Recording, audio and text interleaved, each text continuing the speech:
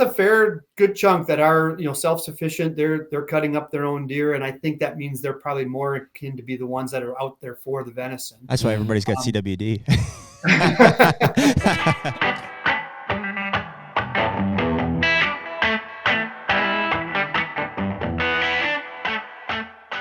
The HUNTR Podcast is brought to you by Hoyt. What can we say, man? Another year back with Hoyt. We're both shooting RX8s. I'm shooting 70 pounds in the bourbon, which I love bourbon. It's great. And you're shooting 80 pounds in the straight black. Blacked out as always, man. I got the, so I'm shooting the 500 grain Easton Arrow this year. And at 80 pounds, I'm flinging that thing at like 300 feet per second. I mean, it's deadly. Put a water buffalo in front of me and he's done. I mean, we shot it earlier. You literally put an arrow through a brand new target, like never been shot before. I know. So one other thing that Hoyt is doing this year is they're making all their own strings in-house. And so the quality is top notch, and it just really is something that is setting them apart from their competitors. Well, what we always try to do when we go to our bow shop, Ultimate Outdoors, is we try to shoot other bows just to make sure that we are really giving everybody a fair chance. Sure. The reality is it's a no-brainer. Hoyt, it stands above all of them every single time. Definitely. And so right now you can use code HUNTR, HUNTR, for 20% off any apparel on the Hoyt website. And as always, get serious, get Hoyt. And we're back. Ew. HUNTR Podcast, episode 234, as Nick keeps us in line. We're in this like slumber of cold, snow, weird. It's good. It's good. It's not that weird. It's not that bad. If you can. It's mid-January. I'm telling you, man. I know I get on the kicks of it, but exercise is the. Yeah. And then I feel like an idiot, because there's times a year where I let it go and I'm like, I just feel terrible. I feel like, I'm not focused. I'm not, excited about anything. It's like, oh, none of my hobbies interest me anymore. But it's exercise. It brings you back around. So it's 2025. I was trying to recall this morning where I'm at with there's always a cyclical, like after season at some point I hit a low point and I'm like, I need to exercise. Yeah. So I feel like I'm maybe slightly ahead by a few weeks this year. So I think it probably hit earlier this year just because it was like we hit that. Really, it was a lot of December where we're like, we didn't have anything to hunt. Yep.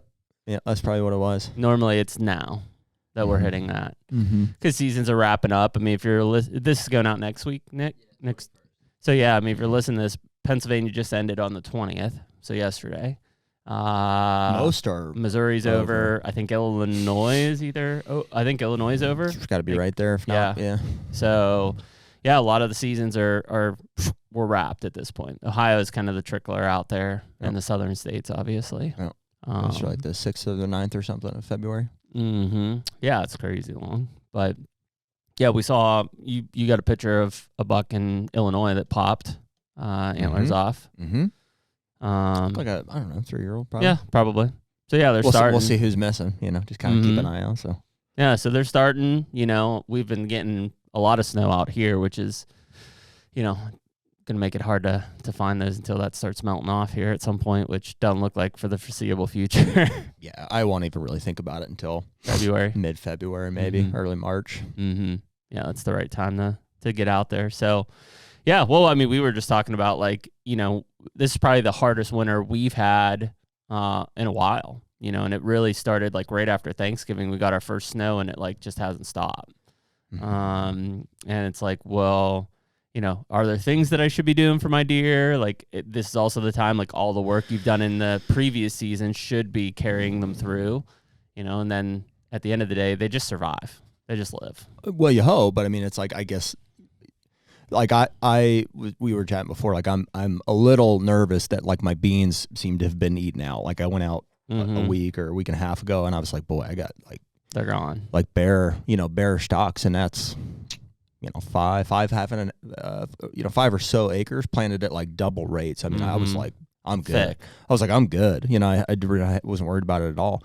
And last year, I had the same acreage with, not as heavy of a planting, and it, seemed to be fine. And I think it's just the difference in the winters we've had so far. But so that's got me kind of concerned. I would feel way better if like I still had, plush, looking bean field there, but got brassicas and other stuff they do. But man, I mean, like I can't even, use a sledgehammer to get through my ice bath. I can imagine these deer trying to get to these brassica bulbs. It's got to be it's tough for them right now. I mean, I know in Illinois we were just talking like we don't have a lot of snow out there, or hardly any. Like they've been pounding the clover still. Yeah. You know? And those beans still look good. A much smaller quantity. Where here it's like between the snow and the ice, it's like 6+ inches of trying to get down to the ground to eat something. Mm-hmm. I think a lot of it's browse at this point. You know, those cut areas. They just survive, man. They're tough animals. Yeah. I figure it out. That's what we're hoping at this point. You know, Hunker there's nothing down. really you can do. It's like we thought about taking some alfalfa bale, and I may. I mean, if it just keeps prolonging, I'll maybe figure out how to do. I've never done that before, but I have corn left over, but I don't think that's going to really benefit them. So I'm trying not to lean on that no too reason much. for that. Yeah. Well, we got guests today. So we've got the Wisconsin Deer Program Specialist, Jeff Pritzl, on. So good memory on that. Yeah, see how you like that? Mm-hmm. So Jeff is basically, and we'll let him describe it in his words, but, really overseeing the deer program from a hunting perspective in a stakeholder side of things. And obviously a state like Wisconsin, has been on our list here for a while, just with the rich history, high hunter density, all of the things that, Wisconsin seems to have. Obviously it's been a core state of CWD in the past, and those guys have gone through a lot of different perspectives of deer management, from earn a buck to now with CWD, obviously if something tests positive, you can get a buck tag back. Like it's a kind of a different state in its own right, but having the deep history and the high hunter density that it has, that presents its own challenges in addition to the actual management of the deer herd side of things. So Jeff's been cool enough to communicate with us on this, and I know they've had some meetings here to set some of the proposal limits for what they've got in the upcoming season.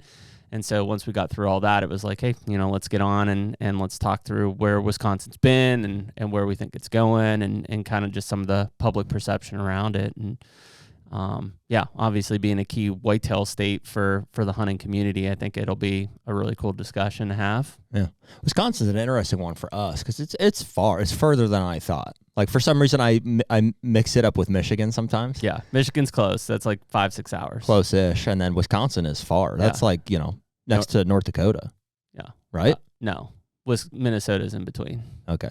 Yeah. Still, though. It's closer. It's north of Illinois. Yeah, right. Mm-hmm. Right. So, I mean, it's a poke over there. It's probably, what do you think, 12 hours to get to Wisconsin for us? Probably. Yep. So it's just one of those ones you've never hunted Wisconsin, right? No. I haven't either. So, but we know quite a few people there. A lot. And, well, we talk about like the, from the like rich farmland areas of that, and you talk about, famous counties like Buffalo County, Wisconsin was like, it was like a Pike County, Illinois. It's just infamous for, being a big buck factory. And then you go into the northern tier of it, and you get into wolf country and stuff. Like it's from north to south, it's a pretty damn diverse state. And whether it's from a stakeholder side and or from just a deer management side, you got your hands full when you're trying to manage that entire piece of it. And yeah, a lot of different things going on, a lot of changes over the last 20 or 25 years. And so, that puts guys like Jeff in a position where it's like, okay, we're not going to act like we know anything about the state regs of Wisconsin. Yeah, I told Jeff before, we're here to learn from him and just to hear his experience and how he thinks the state is going. And we may not have a whole lot of like pushback on it. We just want to hear about it. So relatability. I'm sure there will be some crossover with. So his position would be comparable to like a Mike Tonkovich, is who we spoke with previously. Like, correct. And Mike's role is deer program director, as opposed to specialist. But essentially, and I don't know how Jeff, if it's an appointed position or if it's, how that it's a hireable position, how that all works, but I assume it's a similar role in that, you can do, intake things from surveys, from the hunters and stuff. And also I think he has, deer biologists working for him, probably advising on how the seasons, dates and bag limits, stuff like that should look. And then they set the guidelines.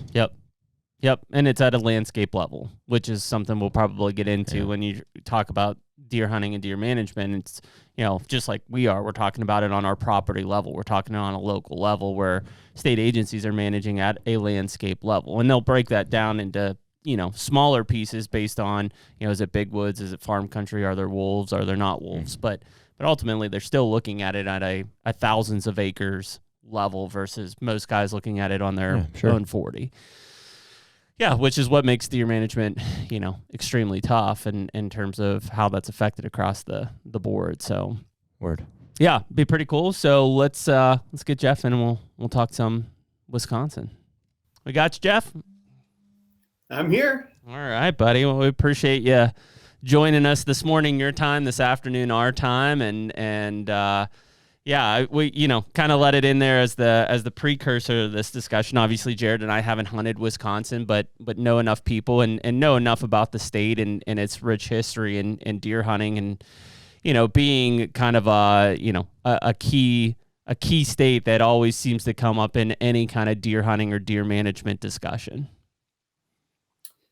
Yeah, it's been I've been at it for 33 years now in the state, so I've gotten to see what's happened over the course of that stretch of time. But I've also been always very fascinated by the history of deer in Wisconsin, and of course we were fortunate to have Aldo Leopold kind of establish himself as the role of establishing game management and using a lot of Wisconsin references, and the fact that he was here at UW-Madison, and that a lot of people have that connection. And I was really interested in how things were playing out and how this all came to start being in the 1940s and the 50s, and then how much of it is exactly the same yet today, and yet some of it is so much different. But I appreciate the fact that I've been able to be, connected to this state and the roots that it has as it relates to, game management and deer management, that people recognize on a national level. Yeah. Jeff, can you maybe start with a reintroduction of yourself? Obviously, we tried to kind of cover some of the bases there in the beginning, but can you talk about your position? And you mentioned you've been there for 33 years. Maybe just give us a brief synopsis of how you kind of came to be where you're at in the state. Sure. Yeah. So I've only been the deer program specialist in Wisconsin for the last 3 years. It's almost like an encore career within my career. Not unlike, I know last year, or maybe even longer than that, you guys had Gary Alt on, and we not to suggest that I'm anything of the caliber of Gary, but a similar career path, and where he came into the deer program very late in his career, bringing in some skill sets that weren't necessarily because he had a long history with deer, but he had a long history with dealing with people, right, and dealing with processes and stuff. So that's been a similar path for me. Whereas the first half of my career, I was a field biologist. I had responsibility for 3 counties in Wisconsin on our eastern shore on Lake Michigan, and really was a waterfowl wetland specialist in my early days. That was my passion and the work I was doing, and really only did deer because I had to, and even in those days, I mean, as has always been the case, there's a degree of tension and angst and fighting and high profile nature. Deer was kind of intimidating for a young biologist, but over a couple of years, I kind of got used to it, and then actually kind of started to embrace that challenge of the people part of it. And then I ended up promoting into a management position, what I'll call the second half of my career. And so I was a district supervisor, and I oversaw the northeast quarter of Wisconsin, and I had about 22 staff under me. But I was located in Green Bay, Wisconsin, and by virtue of being in Green Bay, having all the media outlets in Green Bay, having a station there, and they really embraced the outdoors and the outdoor lifestyle. So if they weren't talking about the Green Bay Packers, they were talking about outdoor activities in Northeast Wisconsin. And so I did get the chance through that role to actually do quite a bit of public, appearances on, the news and whatever the issue was. And opening weekend of whatever it was, I was, usually got a chance to do an interview spot. But that really pulled me into the deer world more directly and involved with the management issues. And that was the era you mentioned I heard you talking earlier, you mentioned Erna buck in Wisconsin. That was a really interesting, tumultuous time. And I had interest in it, and there was interest in me taking that on a number of years ago. But at the time, it really required being located at the state capitol in our main office. Right. And that really just wasn't in the cards for me. And a really good friend of mine, close friend of mine, that we started about the same time. He had left the agency doing some private sector stuff. He was working for the Rocky Mountain Elk Foundation and stuff, but they brought him back in to be the deer biologist or specialist prior to me. And so I was great. He had it. I stayed in the Green Bay area. And then he since moved on to another position. And when the deer position opened back up, we were in this post-COVID era of, well, you can do this stuff remotely from different locations. And when they said, do you want to, I had to compete for the position, but I threw my name in the hat and said, if you let me do it from the Green Bay area, game on, let's give it a try. And I'd like to take the experiences I've had over the last 30 years, the relationships I've built up, to help shepherd and navigate, some for changes that I saw coming. And so I thought, I'll take a crack at that. So that's what I've been doing for the last 3 years, and enjoying the heck out of it. Awesome, man. And I guess, Jeff, when you were kind of teeing up for that position, were there certain goals that the DNR as a whole were kind of saying, hey, Jeff, like, here's where we're going with the deer program? Because, I mean, obviously that's a big factor to what we were talking pre-podcast, in that you're more of a stakeholder people person than you are maybe on the biologist end of things. If you don't mind, to help me understand your question better, you are hired by the DNR. Is that the structure of your position, right? Yeah, correct. It's a hired I'm considered position. an advanced biologist, one of the staff specialists. We have about a half a dozen staff that are what we would call species specialists. So I've got deer, we've got a fur bearer specialist, we've got an upland bird specialist, those types of positions. Got it. Cool. Yep. So sorry, reiterate your question. So basically just looking at that and saying, per what you were talking about, the earn a buck in the past, and obviously like even go back into, the early 2000s and the advent of CWD coming into play and stuff, as the DNR is looking in this post-COVID era, are there certain things that they're saying, Jeff, like this seems to be a better alignment for what we're kind of going through, and we see you as being a critical piece of that? Yeah. So if we look at the history of deer management in Wisconsin, and this might be similar in other states, it seems like about once a decade, the time there's a general sense of it's time to take a fresh look. Right. Let's gather the troops. Let's have some kind of a project. It's interesting in Wisconsin, although for a lot of our high profile or premier game species, we have what would be considered like a species management plan. We have a bear plan. We have a turkey plan. We have we've actually never had a deer plan in Wisconsin, like would be considered a formal strategic deer management plan. And partly because of the high profile of deer, it's always been addressed through the political arena of statutory changes and administrative code changes for the agency. And so, but we have had projects along the way that kind of helped reshape what our administrative rule language would be. And so it was getting to the point where our last major change happened in 2014. Okay. And it was the result of a project that's commonly referred to as the Deer Trustee Report. Yep. And that was with Dr. Kroll.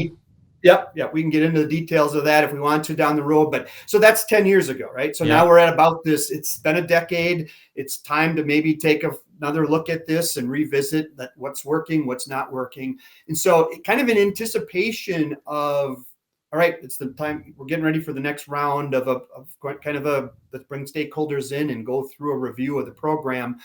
That's what attracted me to the position, was to be in position to kind of help facilitate that process. Yeah. And so we had a big project prior to that called Deer 2000 and Beyond. That was the kind of the turn of the century thing. Then it was the Deer Trustee Report. And now we're at kind of the what's next. Yeah. So that's what we're kind of working through right now. Can we go into what was the Deer Trustee Report? So that was when, you remember when Dr. Kroll did like, I don't know if you would call it necessarily an audit, Jeff, but like that was like I think, was it Governor Scott Walker at the time was the governor, and basically had, quote, Dr. James Kroll come in. And I think Gary Alt was actually part of that committee as well. Right. Yeah. No, your Wisconsin history well for not having actually been here.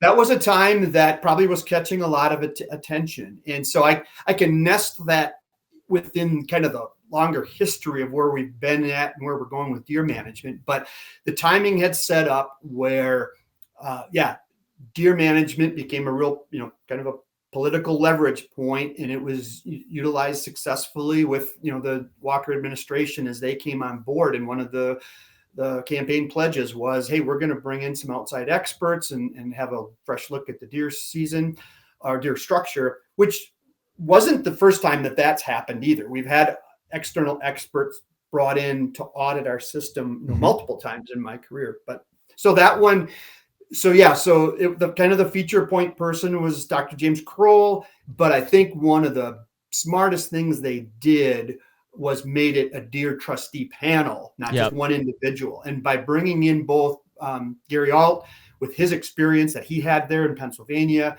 and then Dr. Dave Gwynn, Guy, I apologize if I'm not saying his name right. No, you're right. Gwynn from South Carolina, Clemson. Had a chance.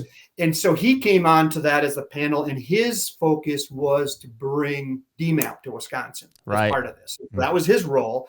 And we can talk about that too. But then Gary, I think probably, Ed, as you guys have discussed and captured really well in that episode with him, was a key person in bringing in his perspectives of what happened in Pennsylvania. So that we could relate to that in Wisconsin. So the three of them got together. We had a bunch of public meetings, and then they put together a rather lengthy report that hit on a dozen different aspects of deer management in Wisconsin. And then that report turned into a period of time that we call the DTR, or Deer Trustee Report implementation. And so we had numerous stakeholder committees that were then, this is 2012, 2013, charged with implementing certain aspects of those recommendations in that report. Wow. Yeah. And that was initiated by the governor at the time. He basically said, hey, it's time for a roundtable here. I want to bring in this panel of guys and address some deer hunting issues, I assume, or just was there something that prompted that, do you think? Yeah. Well, what prompted it, frankly, was Ernebuck, and we can get into that. But so we went through this era, just in general in Wisconsin. We had this building deer population from the mid-1980s through the 1990s. And a number of factors were playing into why that was happening. But as we were going through the 1990s, this is the era where we're discovering that, hey, this deer population can grow faster than we can keep a lid on it. And there's ramifications to that. And so our deer management for parts of the state, anyhow, shifted from a system built to protect the resource from overexploitation to how do we manage this resource to keep it from going through what Aldo Leopold would refer to as an eruption and blow up, eat themselves out of house and home and crash, all that kind of stuff. And so we were experimenting and learning how to do that through the 1990s. And then at the turn of the century, as I mentioned earlier, we did have a major program investment called Deer 2000 and Beyond. And that was a big project, lots of different stakeholder groups that tackled different parts of deer management. And one of the things that came out of that process that we thought at the time, was a great thing, because we had always, forever, and probably always will, experienced some degree of headbutting between the agency and the hunting community when it came time to set antlerless permits. Sure. And the department encouraging the hunting community that, hey, we need to shoot more antlerless deer. There's opportunity, there's sustainable opportunity. And then there's this human nature aspect of reluctance, to do that. And there was always this headbutting that was going on. And we'd fight every year about, should there be a more liberal season or a more conservative season? Well, what came out of Deer 2000 and Beyond was a very structured and a kind of an agreed upon between the stakeholder representatives and the department that we're going to set a standard for each deer management unit, a goal. And we've always had a goal, but the issue was, if your deer management unit is 20% over goal, and it's not likely that you're going to get it back to goal based on past recent history of harvest, you're going to get some extra harvest opportunity. And we called those herd control units. And so they got, additional seasons and what we called the temporary, we had an early October antlerless firearm season for a number of years. And then if your unit was 50% over goal, you were eligible for Ernebuck. Over goal meaning not enough deer harvested. So yeah, let's say the goal of a unit was to have at the end of the hunting season to have 30 deer per square mile. Yeah. Yep.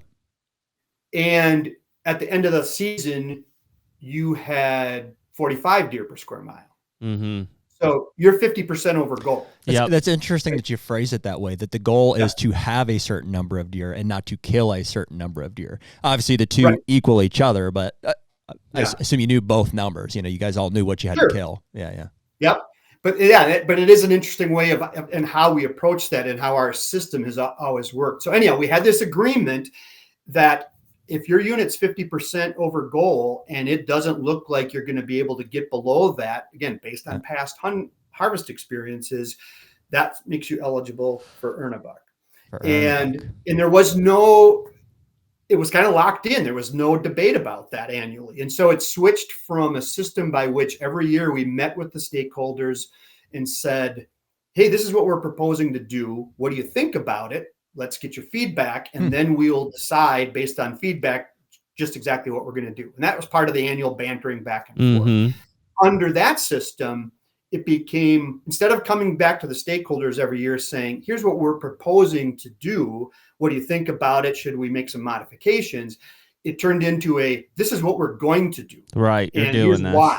And there's no debate about it. And we ran with that system from just after 2000 for about 8 years. And earn a buck, became a featured part of it in those parts of the state where we were having a hard time meeting our harvest goals. And it was working, but that in itself was part of the problem, right? Because there's a certain contingent of the hunters that didn't want to see the deer population come down. Well, I was going to say that older demographic had been trained to not kill does, right? There just weren't deer. Yeah. The people who had hunted in the 50s, 60s, 70s, right prior to that boom. Yeah, same with Pennsylvania, right? They had been bred don't kill the doe, that's your future buck. Right. And so you've got some of that legacy and historical content, and that's still out there. It's a big stakeholder group, yeah.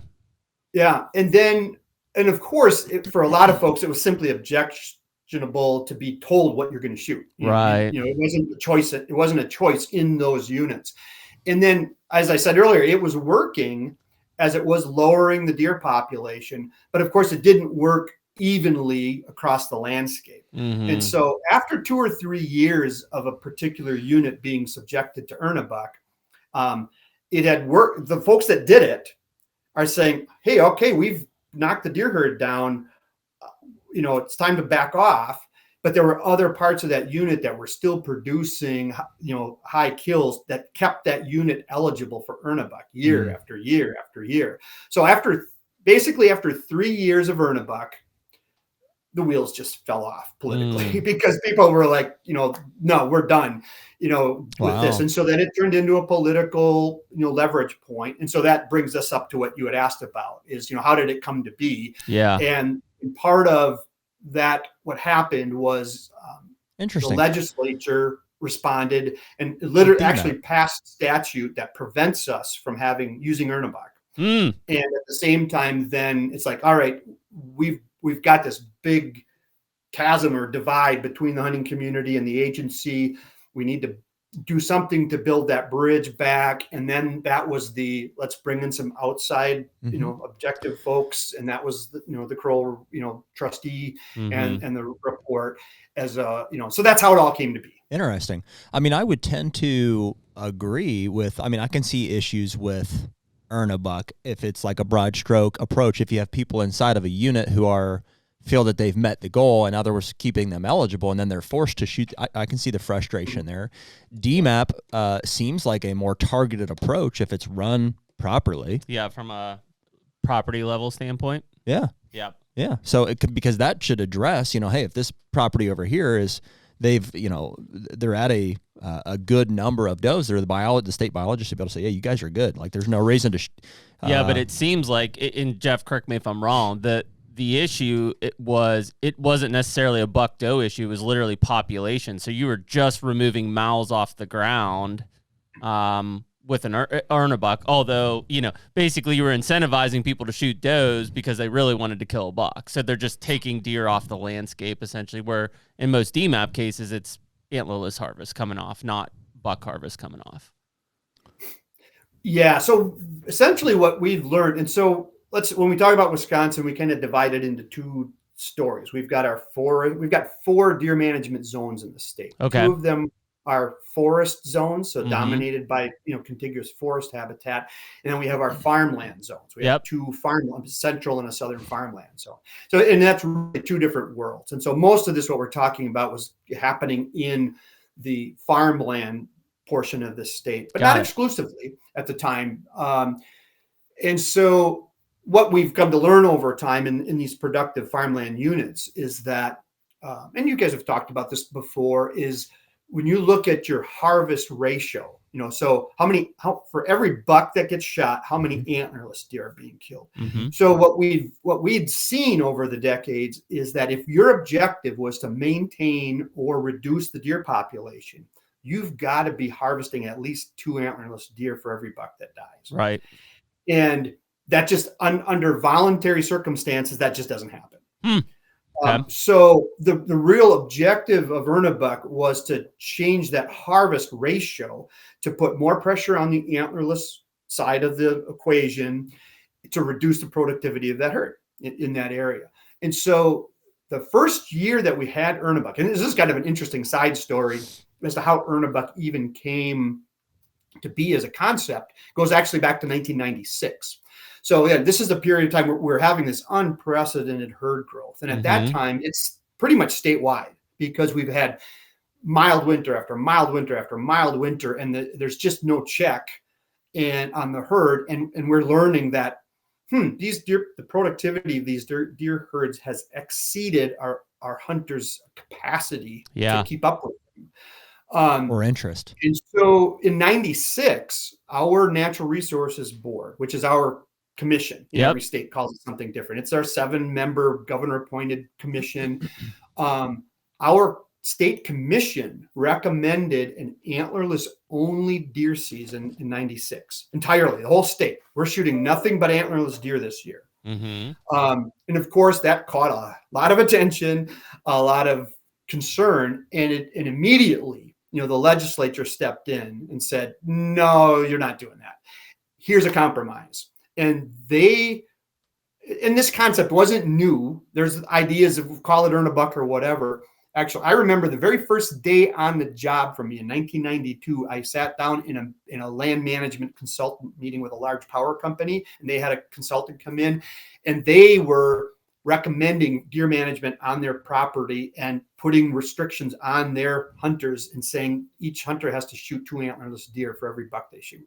That was my first introduction to that concept. Well, anyway, so here it becomes this earn a buck, and they said, all right, we're not going to go antlerless only in 96. How about earn a buck as a concept? Make them, incentivize them to shoot an antlerless deer. And it didn't end up being statewide. It ended up being this, like I said, some of these units that were so far over right. Goal. So that's how it came to be in 96. Jeff, real quick. Then we really backed off because it was like, holy cow, we don't know what we just did. And we didn't use it again for 4 or 5 years until that Deer 2000 and Beyond project actually identified it as a management tool that then became an institutional. Interesting. You may not know this, Jeff. Is that the origin in Wisconsin or the origin? Like we don't really know where earn a buck was first proposed.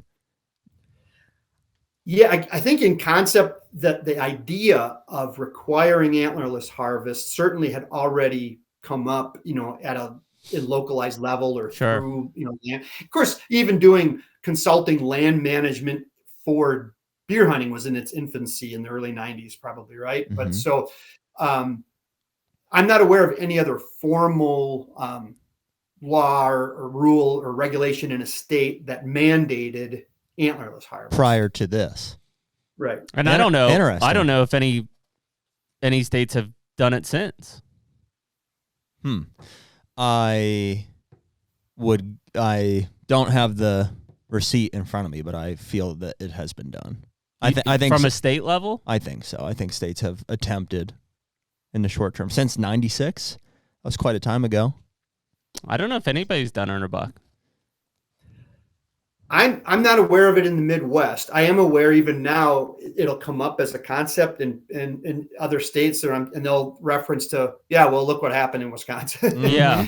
It'd be great, but it ultimately is probably going to result in some pushback, politically, that will then end up tying your hands, and taking tools off the table. Just real quick, just a quick Google search here says Nebraska uses a light earn a buck regulation in certain situations. Generally, it's restricted to certain public land properties. New Hampshire, which implements light earn a buck regulations in certain areas as well. Mm-hmm. Seems like it's kind of like targeted stuff here. Here you go. Connecticut has earn a buck options. Indiana has implemented earn a buck in the past. Nebraska, New Jersey, Tennessee, Virginia, West Virginia, and Wisconsin originally implemented earn a buck in the 1990s, but repealed it in 2011, is what Google says. Right. So a few states have dabbled in it. Not from a landscape It's like a dirty level. word. Like it comes up because it's like that's a quick place to go. You're like, how do we incentivize hunters? If you're in that kind of a mindset, how do we incentivize them for antlerless doe harvest? Well, they're like, well, what do they want to shoot? They want to shoot bucks. How do we? Yeah. It's like the conversation kind of lands there naturally, but people are like, whoa, like some people are super, and clearly it's got its downfalls too. Yeah.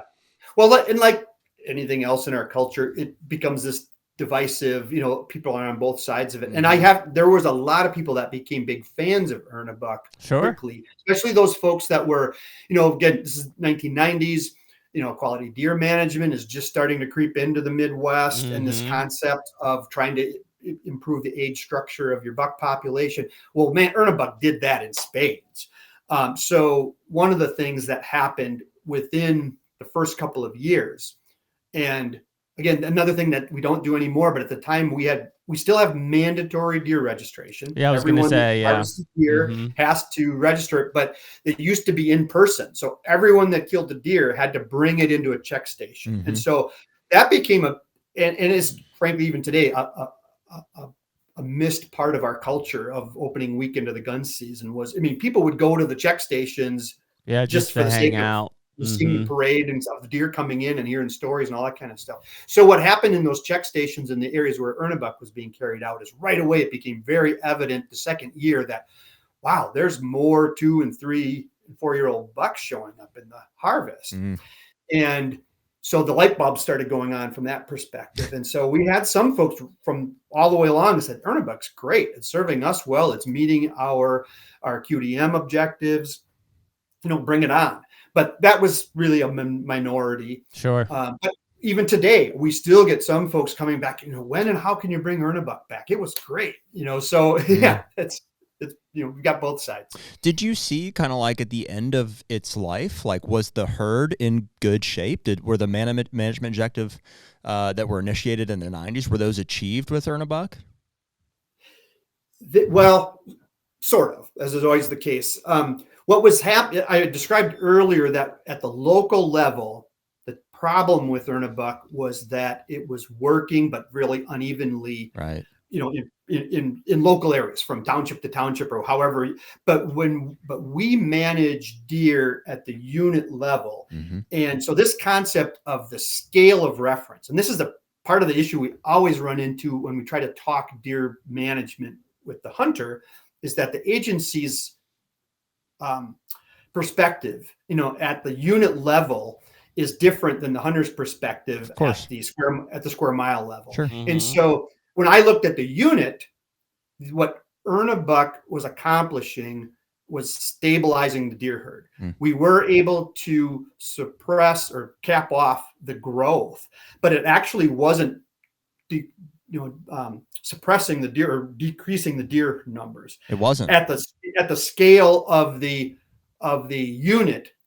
Removing that many antlerless deer per buck essentially stabilized the herd. It didn't reduce the herd, but at a local level, it sure gave the impression, and it did at the local level reduce the herd and reduced it to an unacceptable level in some people's minds. And those were the ones that really came out in opposition, to earn a buck and said, we've got to stop this. You're ruining my deer hunting forever. Right. The curious thing was, so in one of the counties and units that was the hotbed of, you've got to stop this earn a buck thing. You're going to wreck our deer hunting forever. it ended in 2008. In 2010, they set a new harvest record. And they broke it in 11 and they broke it in 12. And so this idea of earn a buck is going to ruin your deer hunting for the foreseeable future and for your kids simply wasn't the case, because it just speaks to the resiliency of deer herds when they're in a productive landscape. HUNTR Podcast is brought to you by DeerGro. Man, we've been using DeerGro products for a long time. The Plot Start and Plot Boost, more recently Plot Till. Now we've got 3 new liquid fertilizers that have been put in the mix that will cover everything we could want for a food plot program. It's huge, man. The more food plotting we do, it's like, man, the liquids just make sense. Like whether it's herbicides or the Plot Start and Plot Boost, and now the fertilizers getting mixed in. It's like, man, I can combine all of those in certain cases and do less passes for more results. I mean, it's all about efficiency. I mean, like you said, less passes. If you're out there treating your beans with glyphosate in the summertime, you can mix in this fertilizer, do that all at once. You have the boost in there to help some metabolism. It's all about efficiency when we're talking about food plots. And really the big difference on these liquid fertilizers is you're bypassing some of these soil limitations, pH limitations, the soil type. In a lot of cases, we talk about dry fertilizers only being available for 17% of what you put down in the first year. These liquid fertilizers straight into the plant are 90% available in the first year. Huge difference in what you're going to see in growth. It's huge. And so right now you can use code HUNTR15 for 15% off any of the DeerGro products on their website. And as always, better food plots, bigger deer. No, I mean, overall though, Jeff, you guys did see like a dip and a stabilization of like overall harvest numbers, right? Like in the 2000s, it was like whatever, you hit an epic high of north of 500,000, and then around whatever 08 was kind of the last year, and then it's like stabilized since then, right? Like you're in the 400s now from a harvest side. Closer to 300, but yeah, we'll be in the 300 in a I guess what we'd call a poor year. We're going to be around 300,000 in a really good year. We might hit 330, 350 these days. Yeah. And what's that, is that just a decline in hunter numbers? Is it changes in allocations and restrictions? Like what are you seeing that's essentially led to that kind of now consistency in those 300s? Yeah. Well, the biggest part of it is in a pure numbers standpoint. And we will have people now saying, oh, back at the turn of the century, you were killing, 400,000, 500,000. We hit 600,000 once. How could we get back there? Well, we could get back there by increasing our antlerless deer harvest. Most of that decline in harvest is a decline in antlerless harvest, because back in those days, we were killing closer to 2 antlerless deer for every buck. Our buck kill has come down somewhat, but our antlerless kill is basically half of what it was in those days. So the answer to, you want to get those raw harvest numbers back up, we're going to have to kill a whole bunch more antlerless deer to do it. Mm-hmm. But it's not necessarily a population issue. Well, that's the other side of that conversation is, do you have more or less deer now than you did when that was happening? Right. So again, 2 sides to that story. In the northern forest part of the state, which is about the northern third. Yep. And that's gotten the most attention recently because the deer numbers up there are not what they were 20 years ago by any stretch. Is that where the wolves are at? That's where that? Yeah. Yeah, right. And so there's a number of factors that are behind that. We'll get there. Yeah, right. But in the farmland part of the state, at the moment, we've got as many deer as we've ever had, and it's been essentially growing. Interesting. However, as you mentioned a moment ago, our harvest has been relatively stable. Right. Mm-hmm.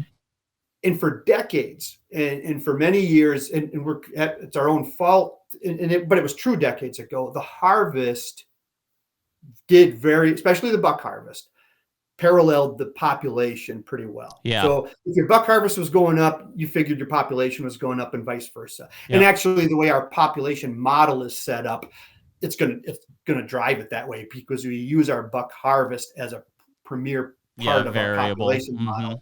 So, but what's happening now is that the harvest is becoming decoupled from the population.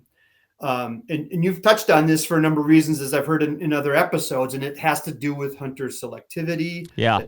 is in place now that didn't used to be in place. And so we've kind of, in some of our really productive parts of the state, Also- kind of hit the ceiling Also, of access harvest capacity. and surveillance are the other two big ones that come up for why we see that decoupling. Mm-hmm. Right. And so hunter meaning harvest properties behavior are- has changed. Yeah, meaning properties that are essentially occupied, right, with cameras or via leases and stuff, but they get hunted Very little. minimally and selectively. Right. So, yeah, so we have had a stable harvest that some people have tried to interpret as, well, that means your population is stable. Yeah. Success. And it's like, yeah, quietly behind the scenes, we're just not capturing the population increase. It's just not showing itself as it used to show. What's not? The actual population trend being Of people or of deer? of deer. So you think the population of deer is growing still? In the farmland, for the most part, if we go into the arena of CWD in that core area in this state, we're starting to get some anecdotal evidence and soon have some scientific evidence that might show the relationship there, where we can't say that anymore.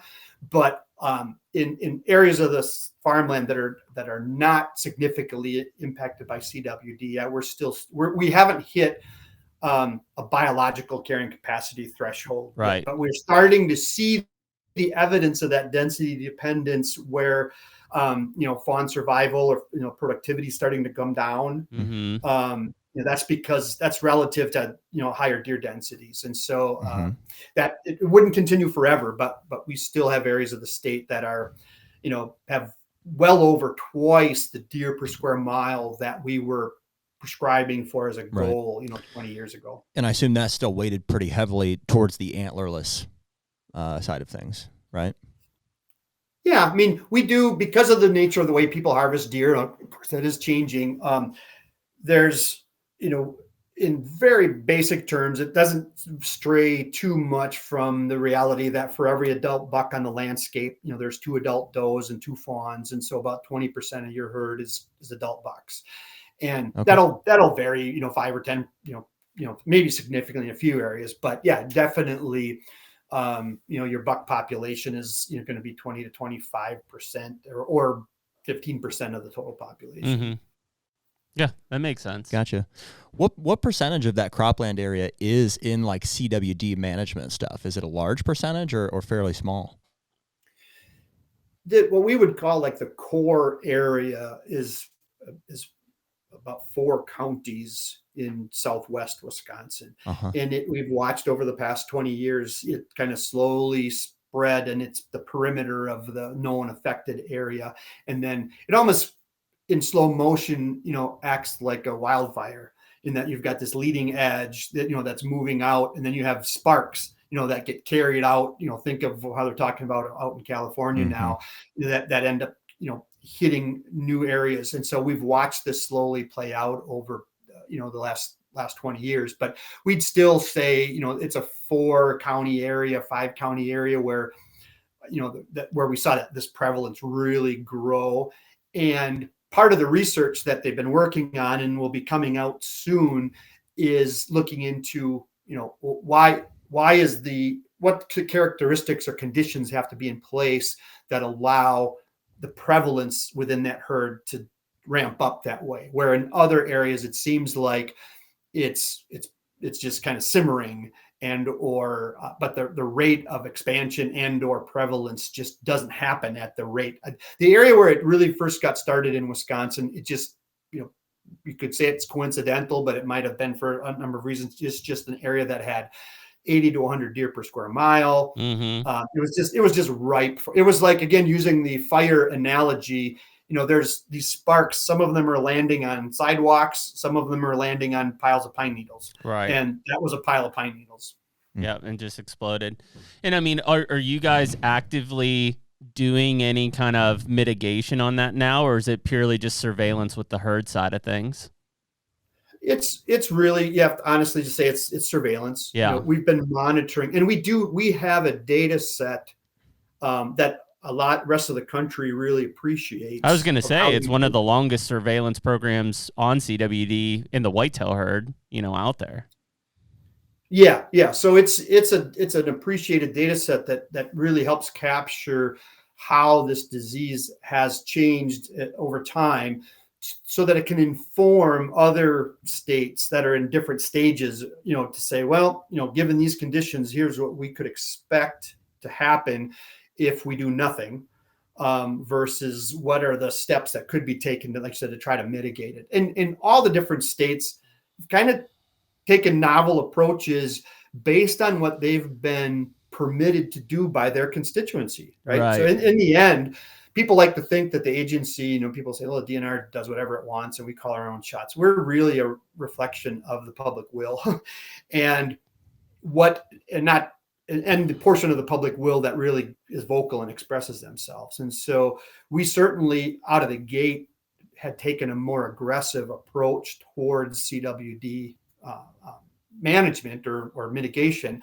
And that quickly ran, as has happened in other states, it quickly ran up against a lot of headwind and opposition of, I think as I heard, it's been described in Wisconsin, and you guys described it too, is where people look at it as the solution is worse than the cure. So let's just let's let it ride and see what happens. Yeah. And is that kind of the position where you guys are at now, is just surveillance and letting it ride? Again, going back to the Deer Trustee Report era, and in the number of things that they reviewed and made recommendations on, one of the core recommendations that came out of that was you're being too aggressive on chronic wasting disease, and in doing so, you're alienating your hunting community. So in no, just using regular terms, it basically was back off. And that's the directive we were given. Right. So yeah, we've been in essentially a surveillance mode with the operational recommendations of things like transportation of carcasses. We really ramped up a disposal program. Right. Again, thanks to some really good grassroots folks outside of the agency that piloted and demonstrated how putting large dumpsters out on the landscape for people to dispose of their waste rather than having it pitched back out on the landscape. That's really been a successful program that continues. And then also just the educational aspect of trying to get people to understand how you don't be the source of spread. Yeah. Because was the, what's what I say? Like what you guys were doing to try to mitigate it? Was it like mainly sharpshooting programs? Or, I mean, that's what you hear in most states is you guys were just killing deer via sharpshooters. Like that was the method. Yeah, right out of the gate, I call them sharpshooters. That's probably like a divisive term. Like I don't know, dudes with guns from the government shooting deer. That's what we referred to it at the time. I mean, but it's culling, high operation culling deer in a way. In a certainly we would separate. It's not hunting, right? I mean, we were authorized to hunt, or shoot deer after dark, with lighted situations, because the objective was find these hot spots and snuff them out before they get rolling. Yeah. And then of course there was a debate of whether that was even possible or not. And in recognizing in the long history of deer, again, is if you possibly could really knock this herd back, and if it ended up snuffing it out, these deer will come back. Sure, they'll bounce. It might take 5-10 years, but that was kind of the thought process at the time. It didn't. I'm trying to remember. Did we do culling like that for 2-3 years? There was a window of time, but then basically we backed. That's certainly not a cheap operation. No. And so, but for a number of reasons, we did it for a number of years, and then we ceased doing the sharpshooting. Did you guys ever issue, like, is there any kind of a public report to say, here was our experience with this program, like for other states to read on? I don't know. And I asked Jeff because, like, we hear still, I think it was Illinois just released a plan basically to say, hey, we've got CWD happening in these counties or whatever.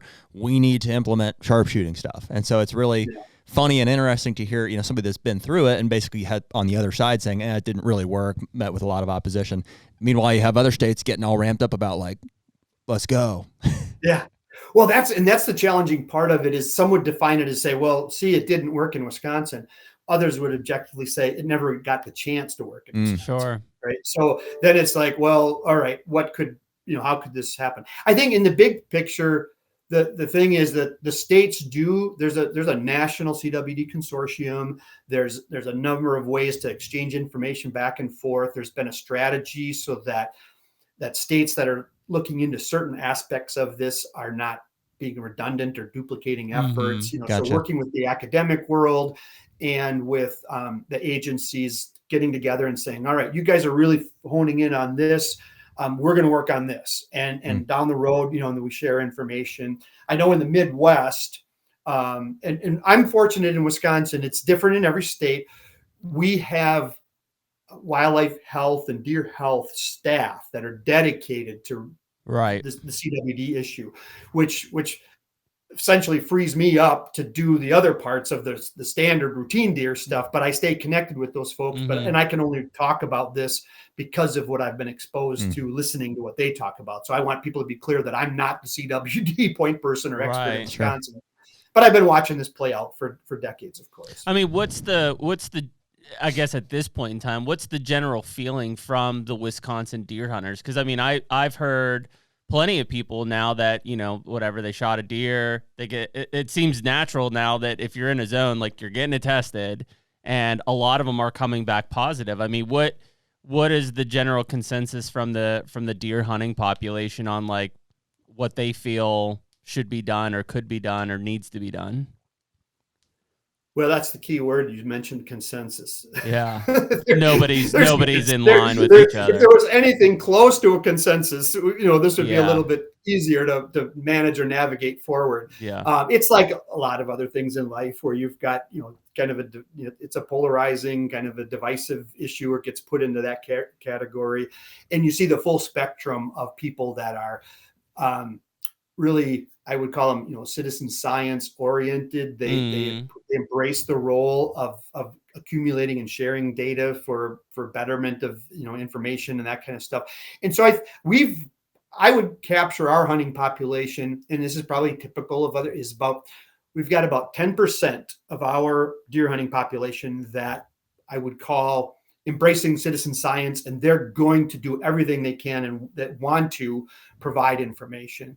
And then there's the full spectrum of others that participate. When I think of, the main thing is, submitting samples, where, we've got sample goals to kind of help with the surveillance, and how do people, embrace that. And you've got the full spectrum of people and then we offer free sampling in the state. We call it just hunter service sampling. And some people simply they do want to know from a personal, venison consumption aspect that they're going to make a decision based on the sample results. And there's a big chunk of people that, don't evaluate that as a high risk situation, and they don't participate in it. And so, yeah, it seems really, it's an interesting piece. Cause like, there's a lot of people I've talked to who are just, whatever, they don't confide in what CWD is and that it's an issue or whatever. At the same time, if they shot a deer and it tested positive, I know for a fact they wouldn't eat it either. So it's a bit hypocritical in that situation, but it's kind of like, and this isn't in every state. Like, we're not necessarily in a disease management zone where I'm hunting in Pennsylvania, but I'm close, and like, very good possibility that the amount of deer I've shot and ate in my life, like I've come across it and probably consumed a deer that had CWD and just didn't know it. Right. It's like it's the not knowing that sometimes people find in a sense of, certainty that they're going to do something or not do something. It just, you guys, maybe some places in Arkansas are the only other places that you would see as high a prevalence rates as you have in some of those areas in Wisconsin. It seems like it's got to be kind of an every season thought process for a lot of Wisconsin hunters anymore. Yeah. And we're starting to see, how does it influence hunter harvest behavior? Sure. And our hunters making decisions based on, again, their own risk assessment. And when we are seeing harvest rates declining in some of those core counties, I was going to say, are they avoiding those counties now? Like, that's the question, right? That's what we got to sort out is that harvest reflecting a change in deer population, right, or reflecting a change in hunter attitude and behavior. exactly. And it's probably some of both. And so, we continue to monitor that and work with folks in those areas. So yeah, that seems to be a big again, piece of it, right? I mean, like if they're avoiding those counties, I would, you know, and so, and if your models are based on like those harvest data, and then that's declining, right? Again, as we decouple populations away from harvest data, like those counties could be exploding in population again, just because people aren't hunting deer as much there. I'm just saying that, you know, without any evidence to support it, but could be. Yeah. One of the other things, not to go off of CWD as the focus, and we could give that the treatment we should here, being that is Wisconsin, but going back to that change we made 10 years ago with our overall system, one of the aspects of that to try to rebuild that connection or trust or whatever, however you want to look at it, with the stakeholders is we created what are called county deer advisory councils. Okay. So every county in the state has an advisory council. And, Wow. and to facilitate that, this is actually something I'm involved with right now, is that historically in Wisconsin, we had deer management units that were based on habitat. You know, we had areas carved out that were similar landscapes, similar deer densities, productivity, hunter densities. And in 2014, we went away from that and went to county-based units, recognizing that they're no longer going to be homogeneous areas, but that it would facilitate these county advisory councils. And so every county now has an advisory council, and we gather with them every year, and they sort through multiple metrics. So the harvest data is just one of multiple metrics. So like an advisory council in those core counties has access to other deer metrics that would suggest whether that herd is increasing or decreasing, you know, independent of the harvest numbers. And so we give them all of those to consider every year. And so but there is, you know, arrows are starting to point toward the deer density on those landscapes is, you know, potentially declining. And so, and I mean, if there's less harvest there, then the assumption could be that the disease is a root cause of that.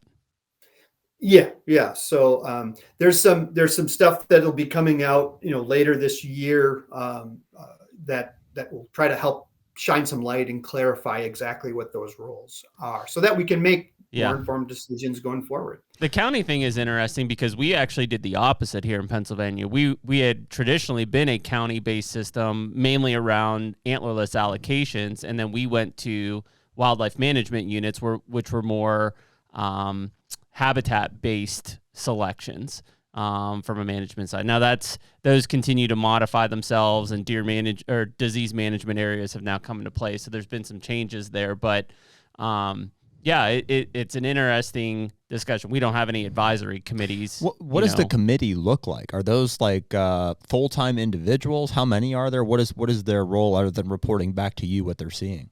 Sure. So Wisconsin has another unique infrastructure that no other state has in terms of how we interact with our stakeholders. And this would go back to the era of Aldo Leopold and his desire to get more of the conservation decision-making process into the community rather than the government. Leopold was not a fan of government-led conservation because he saw the pitfalls of the political aspects and all that kind of stuff. So back in his era, they created a body that's called the Conservation Congress. So in Wisconsin, we have, and it's on the same platform as a regular political Congress, where every county has 5 elected delegates within their county, and they then are organized on different committees. Wow. But each county has a county chair, vice chair, and several other delegates, and then they work in different issue committees, you know, that we interact with. They have a deer committee, they have a warm water fish committee, a cold water, they have all kinds of committees. But these councils were built and then given to this Conservation Congress essentially to run. And so each county's council is chaired by their county Conservation Congress. Who's voted on by their citizens. Right. Wow. Right. Interesting. And or that person can delegate if they're really not into the deer scene. Sure. So each council is chaired by a county congress delegate and vice chair. And then there are up to 7 seats of stakeholder members. And they apply for those seats, and we go through the applications every 3 years. We revisit this. And so for example, there's a tourism seat, there's a transportation seat, there's an agriculture seat, Mm-hmm. there is a hunting conservation club seat. There's just trying to capture all the different stakeholders. Mm-hmm. And so that's the group that is charged with keeping their ear to the rail over the course of the year, listening to the public, getting public input from their stakeholder group, and then meeting once a year. And then we give them the metrics that we've accumulated here's the harvest data from last year. Here's the car kill data from last year. Here's the agricultural damage report from last year. Here's the forest regeneration report from last year. Based on these things and what you're hearing from your stakeholders, what do you think we should do this fall? Should we increase harvest opportunity, decrease it, or just leave it alone? So that's the basis of how those councils work. And so that's awesome. those councils that are in the core CWD area, of course, they have a little different angle and nuance that they have to, try to consider. And so it's challenging. But yeah, so we've got 71 of our 72 counties, because one of our counties is a Native American reservation in its entirety. And so they don't participate because they stand alone in terms of autonomy, and they manage their own deer resources. Right. So we have 71 councils. But so this whole county versus habitat-based unit thing, we went county-based units 10 years ago, statewide. And from the onset in the northern forest part of our state, there was some angst about are counties going to work? They're large, they're very diverse in deer numbers from one side to the other. And those advisory councils really found themselves in a tough spot because they all were dealing with one part of the county. The deer herd was really struggling, but in other parts of the county, it was pretty robust and there was opportunity to be had. But they got put in the middle of the folks on the side where the deer aren't, really advocating for suppressed harvest opportunity until things get better. But that was at the expense of taking away opportunity off the table for other parts of the county where, hey, they should be having more. So we're actually right in the middle of a process of just in the northern forest reverting back to a habitat-based system. Gotcha. Oh, wow. I was going to ask, how drastic was that change? So if you have 72 counties, how many regions were there prior? Like how many were being addressed? Okay. Yeah. So we managed, like probably most states did, by county through the 1930s, 40s, 50s. And it was in the 1960s when we created our habitat-based system and our what we called game management units, wildlife management units in Pennsylvania. Yep. When we first laid those out in the 60s, there was 77 units in Wisconsin. Wow. I was going to ask you how many units Pennsylvania has now. I think we have 14 or 15 at this point. Yeah. So what happened is we had 77 units, and then over the course of time, people would gather, and we have in our state administrative code guidance that says every 3 years you will review those boundaries of your game management units with the public and make adjustments if suited. And in most years, those reviews would not result in change. But over the course of time, those 77 deer management units became over 130 deer management units. Wow. Because as you can imagine, people would be, the grass is always greener on the other side. All the deer are on the other side of the unit. We need to split this unit. People want to micromanage at a more finer scale, and they think that would be better. And so we ended up with this proliferation of units to the point where we had one of these, again, an external audit. This is back in 2006, because there was always this criticism of your system isn't working, your population model doesn't work. And there's a reason why you will always get that interpretation from individuals. And we can talk about that in a minute. But because of the pressure and always the skepticism of the system, we had an external audit come and they said, all right, we examined the population model, and they said, part of the problem with your population model is your units are too small. Your sample sizes are too small to be statistically valid right at the unit level. Yep. It serves you really well at the regional level or at the state Yeah. level. But if you want to accurately track your deer population, your units, you have to have fewer larger units. Yep. So we were looking at that as a project prior to the Deer Trustee report even being a twinkle in anybody's eye. But when that became the direction we were going to this county-based system accomplished two things. And one, it facilitated these county advisory councils, but it also got us back to 70 some units in the state, or actually it was 80 because a few of the counties are split units, but larger units. It just so happened though that these units did not follow similar habitat landscapes and deer densities. And so that's the problem that we're now trying to address. Well, it's interesting that it became fewer management. You have fewer counties than you had management units. I would have never guessed. I would have said like how many different terrain. Yeah. I would have guessed, well, it would have been like 5 or Pennsylvania. 5-10. Yeah. Like, okay, you get the plains area, you get the forest here. How can they be that different, We've had some advocates in the state of Wisconsin. We have like in the north, like 6 what we describe as ecological landscapes that are driven by soil types, which determine the vegetative, communities and all that kind of stuff. And there are some advocates out there that say you should just have 6 deer management units and they should follow the ecological landscapes. And we could certainly do that. But the challenge we always have had and probably will have is the way our system is set up to solicit and get public engagement. And that's what Wisconsin has always had a very strong reputation and tradition of transparency, inviting people to the table, to the point where some of my colleagues in other states say, man, you guys really make it hard on yourself. Yeah. Because you bring all these diverse people in.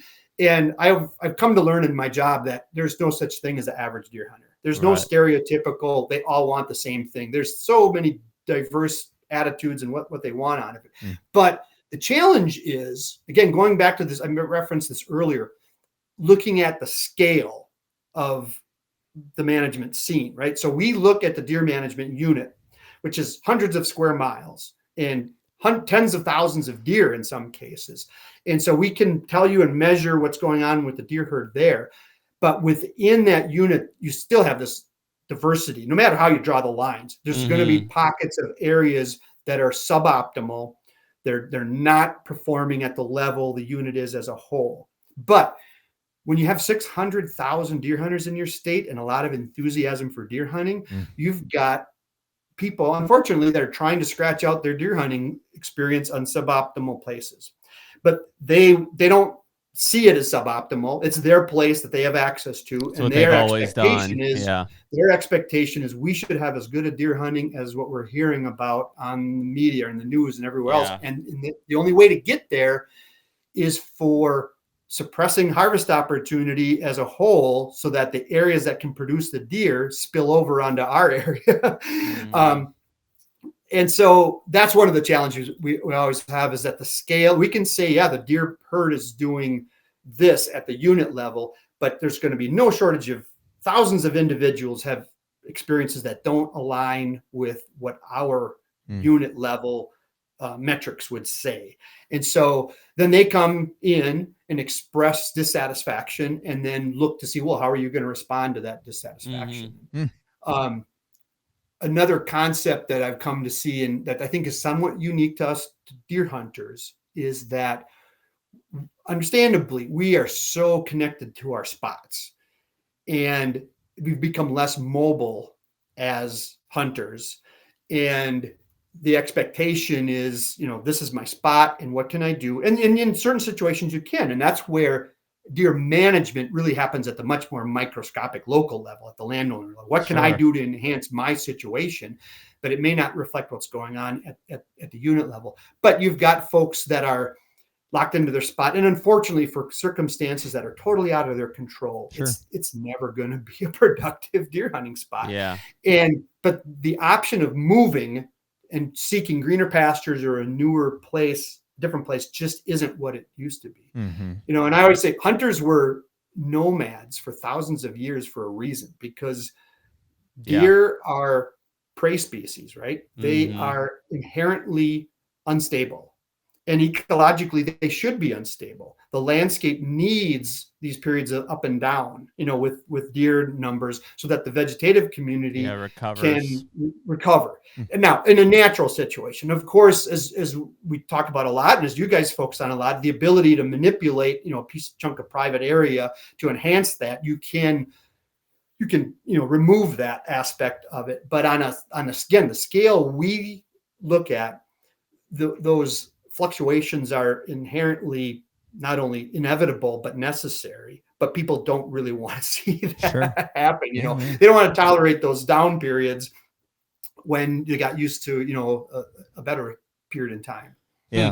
How do you quantify and I probably tend to agree with you, I think, in terms of the willingness to move or change a spot. How would you quantify, or what have you seen there, like in the past 50 years? Because it's like now, like if I just look at, my short lifespan here, like in the past 15, 20 years, it seems like a lot more ground has become privatized. There's been a dollar value assigned to the resource on it. So like leasing has become a thing. So you're locked into your spots in that sense. That makes sense. When you're saying that, do you just mean that basically property boundaries weren't as strict before, leasing wasn't a thing, people would allow, permission more frequently, so they were bouncing around in that sense? Is that what you mean? Yes. So we've got the private land aspect of it and the public land aspect of it. We are blessed in Wisconsin to have, a lot of public land in certain parts of the state. And so it plays out a little bit differently there. But again, another, I think, to me, an interesting kind of a historical aspect to this, that I'm old enough now to have seen this play out. Going back to that era in the 1990s, right? We're having this unprecedented growth in deer population, and an unprecedented growth in enthusiasm for deer that built on that, right? And it just so happened in the mid 90s, there was this period where deer populations are peaking, the economy was great, interest rates were low, and everybody, I'm oversimplifying it, but a lot of people were like, I want to secure my own little piece of heaven. And land ownership changes that happened in the 90s just blossomed crazy. And so, and the agricultural landowners that had a lot of this non-productive, side forest woodlots, that kind of stuff, recognized that somebody wants to pay me $4,000 an acre for this. And so a lot of land changed hands in the 1990s. And what we saw with that then was now this whole subset of hunters that are financially committed to a piece of, to their experience. And they've invested in this. And as is always the case with investment, and especially with real estate, it's always speculative to a certain degree, right? You're buying in at a certain situation thinking, how stable is this? And how long is this going to last?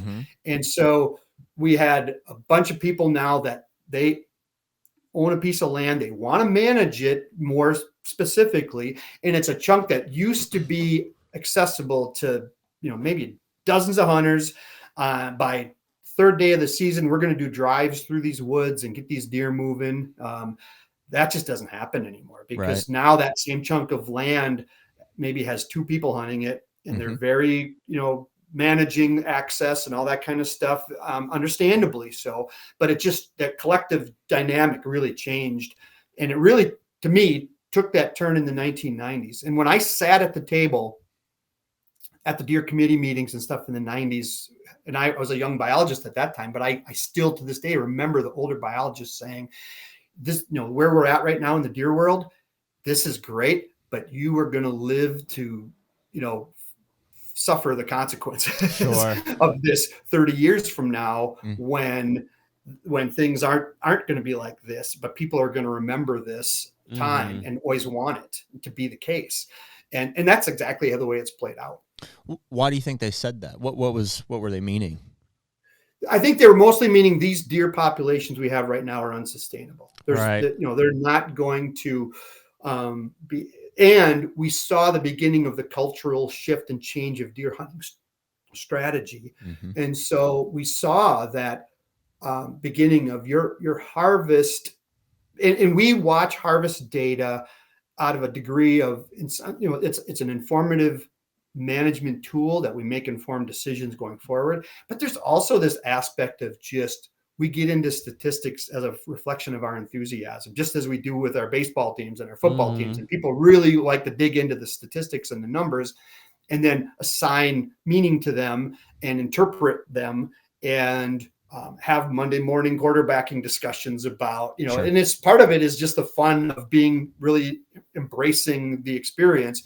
And so people track our harvest data and then try to put a narrative to it, right? Yeah. And it always is, well, the deer kill's down, that means the herd's down. Or we used to kill this many deer 20 years ago, and now we're only killing this many deer. Look at the DNR ruined deer hunting, in the Northwoods, those types of narratives. Well, I think it's that decoupling, like you were talking about, of populations from the harvest now because of selectivity, because of land access and holdings and monitoring and things like that. Like, hunting has changed drastically since completely. The 90s. It's not even close to the same thing.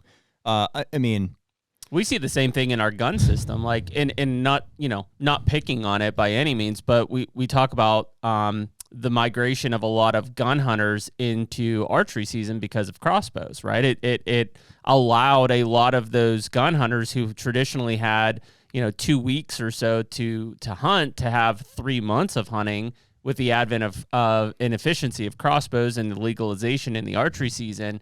And so, like, even right now, and technology in general. I mean, sure. the crossbows are probably one of the biggest, but technological advancements in general and how they aid hunters in the selectivity. It's like, hey, I'm just, monitoring this property. I want to shoot this one buck here. It's like now we are living in that world where not so many people are gun hunting anymore. They're all bow hunting during the whole season, occupying all of this property and being very selective about what they're shooting. Creates a lot of management difficulties from the perspective of the state. Mm-hmm.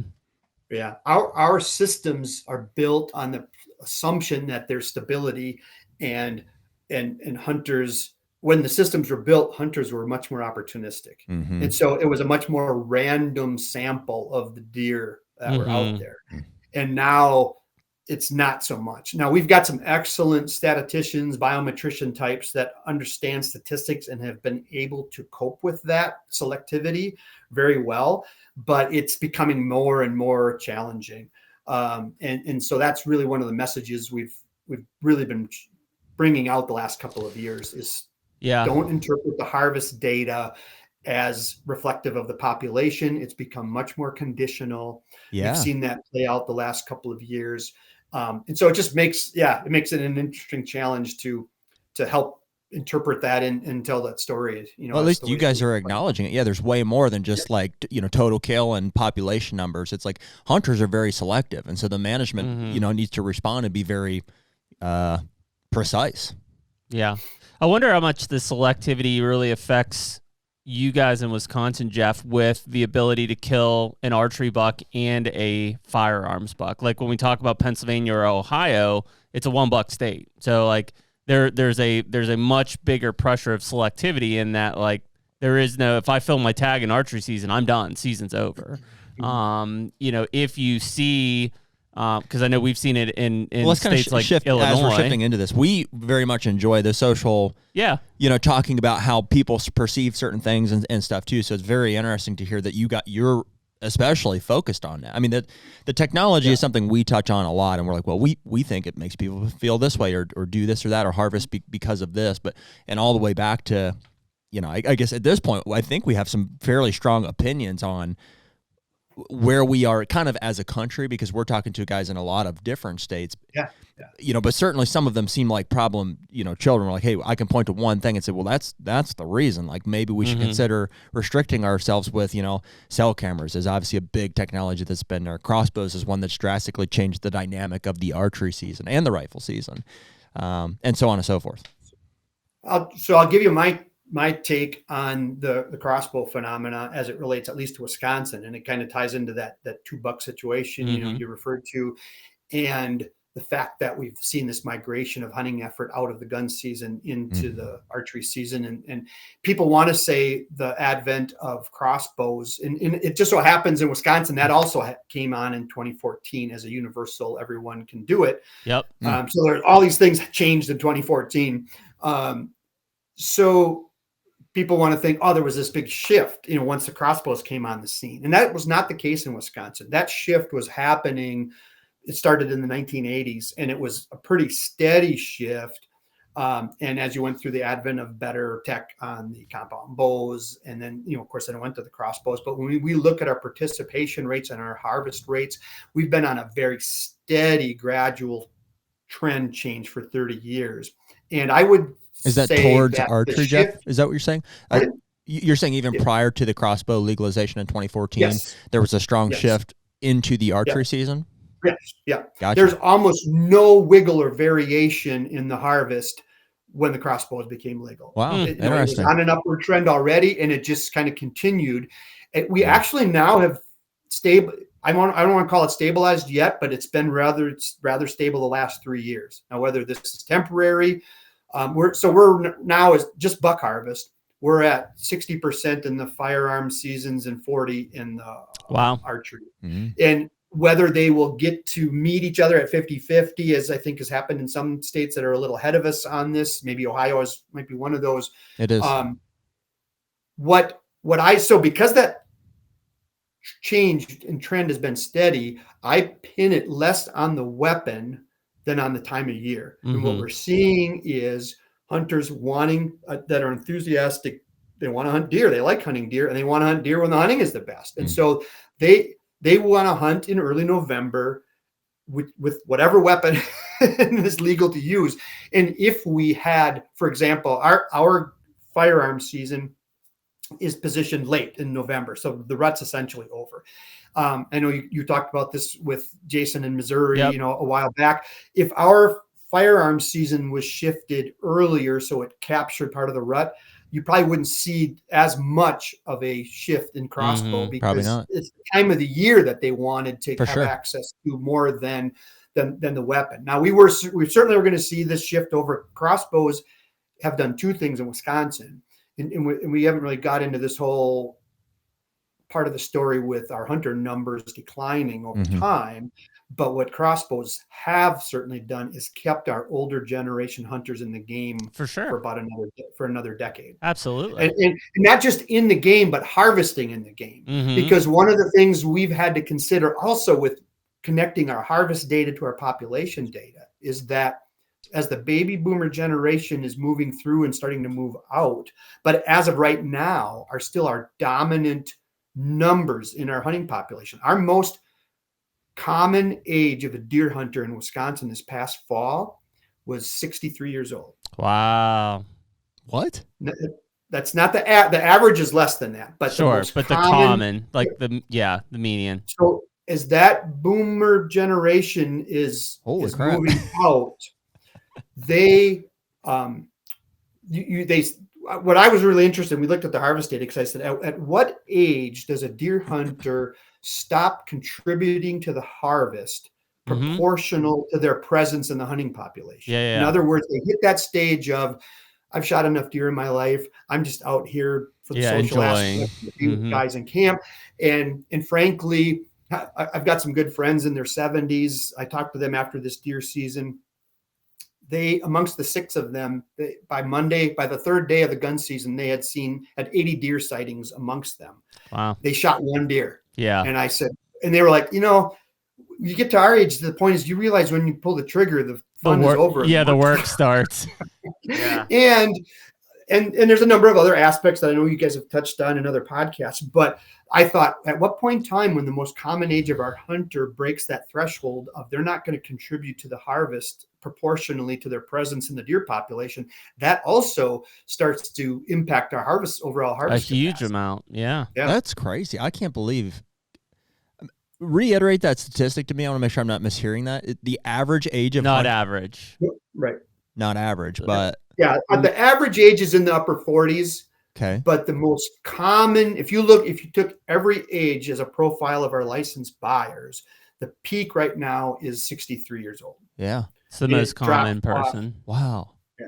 The HUNTR Podcast is brought to you by Lone Wolf Custom Gear. Man, Jared, we are tree stand fanatics, and I think the one thing that we have learned over all these years is to kill big bucks, we got to be mobile. We've been hunting out of Lone Wolves for many years, the original Lone Wolf, and then obviously with the custom gear stuff, we're using the 0.5 and the 0.75. Yeah. And the one thing that we talked about is like, what if there were no cables? Here we are. I really just don't know how you can beat it, frankly. But, you know, a lot of that came, too, from a relationship that we've built with the DeQuistos. We've had both Cody and Andre on the podcast a few times. The passion for hunting, the outlook on the sport and stuff, I think is eye to eye with how we look at it. Everything that has gone into building this brand and to building these tree stands is something that we want to be a part of. This is the 40th anniversary of these guys creating tree stands that have been critical to how we hunt whitetail deer today. If you look over the past, you'll see Andre's designs being implemented across so many stands over the years. Such a cool thing, but really has changed the way that we all hunt whitetail deer from above now. Right now, you can use code HUNTR, HUNTR, to get 7% off anything on the entire website. Be the lone wolf.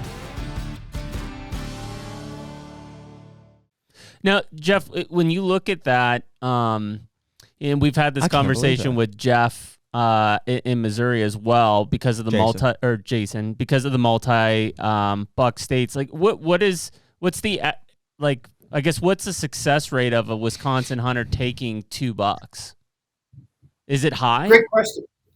No, it's not. And that popped into my head when you brought it up earlier, so I'm glad you brought it back to that. About 10, if we just took our successful hunters, so the hunters that killed a buck, the percentage of those successful hunters that fill both of their buck tags is about 10%. Wow. Okay. And so the overall profile in Wisconsin is we have about 600,000 deer hunters in the state.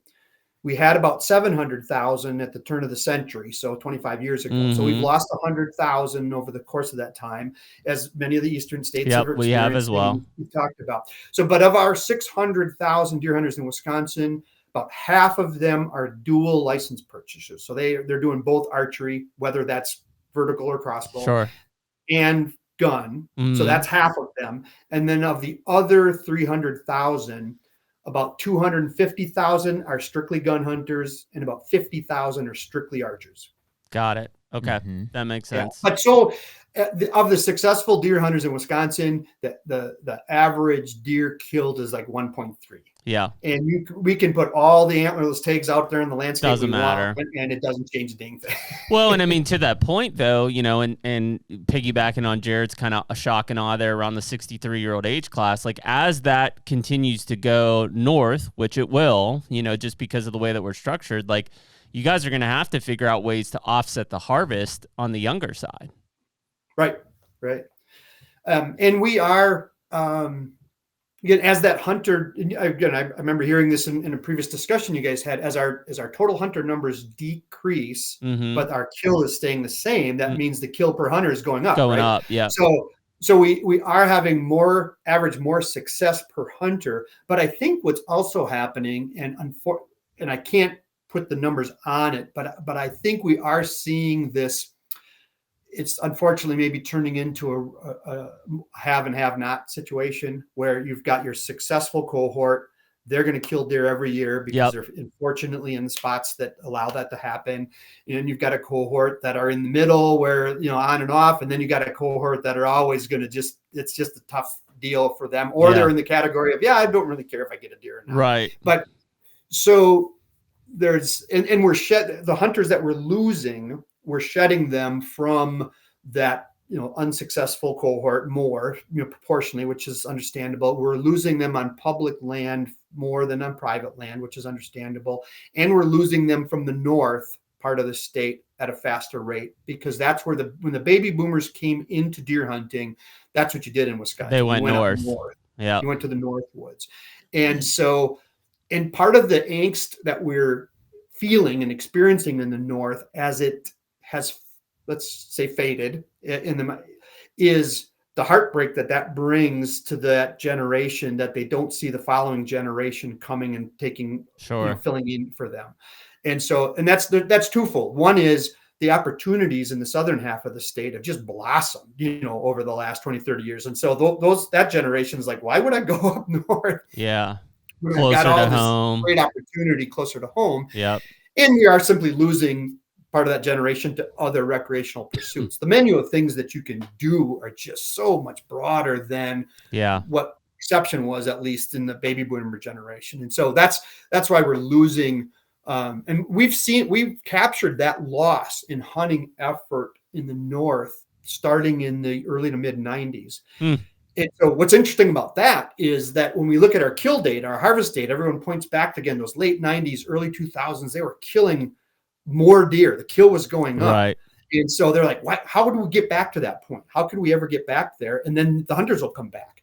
Well, the reality is even while that harvest was going up and it was the best of times, the actual number of hunters was declining. Still decreasing. And, you're still the days of leaking effort was already shifting out of and away from the northern forest. Yeah, it's an interesting thing. We talk about it a lot on here, and I believe there's a stabilization, although it's changed a lot here. We talked about the access and leasing and monitoring and stuff, but there's a number of hunter stabilization that at some point it hits. Like, to your point, like even going back to the early 2000s, like we've been leaking out hunters since then. Like it's just been a constant loss of hunters.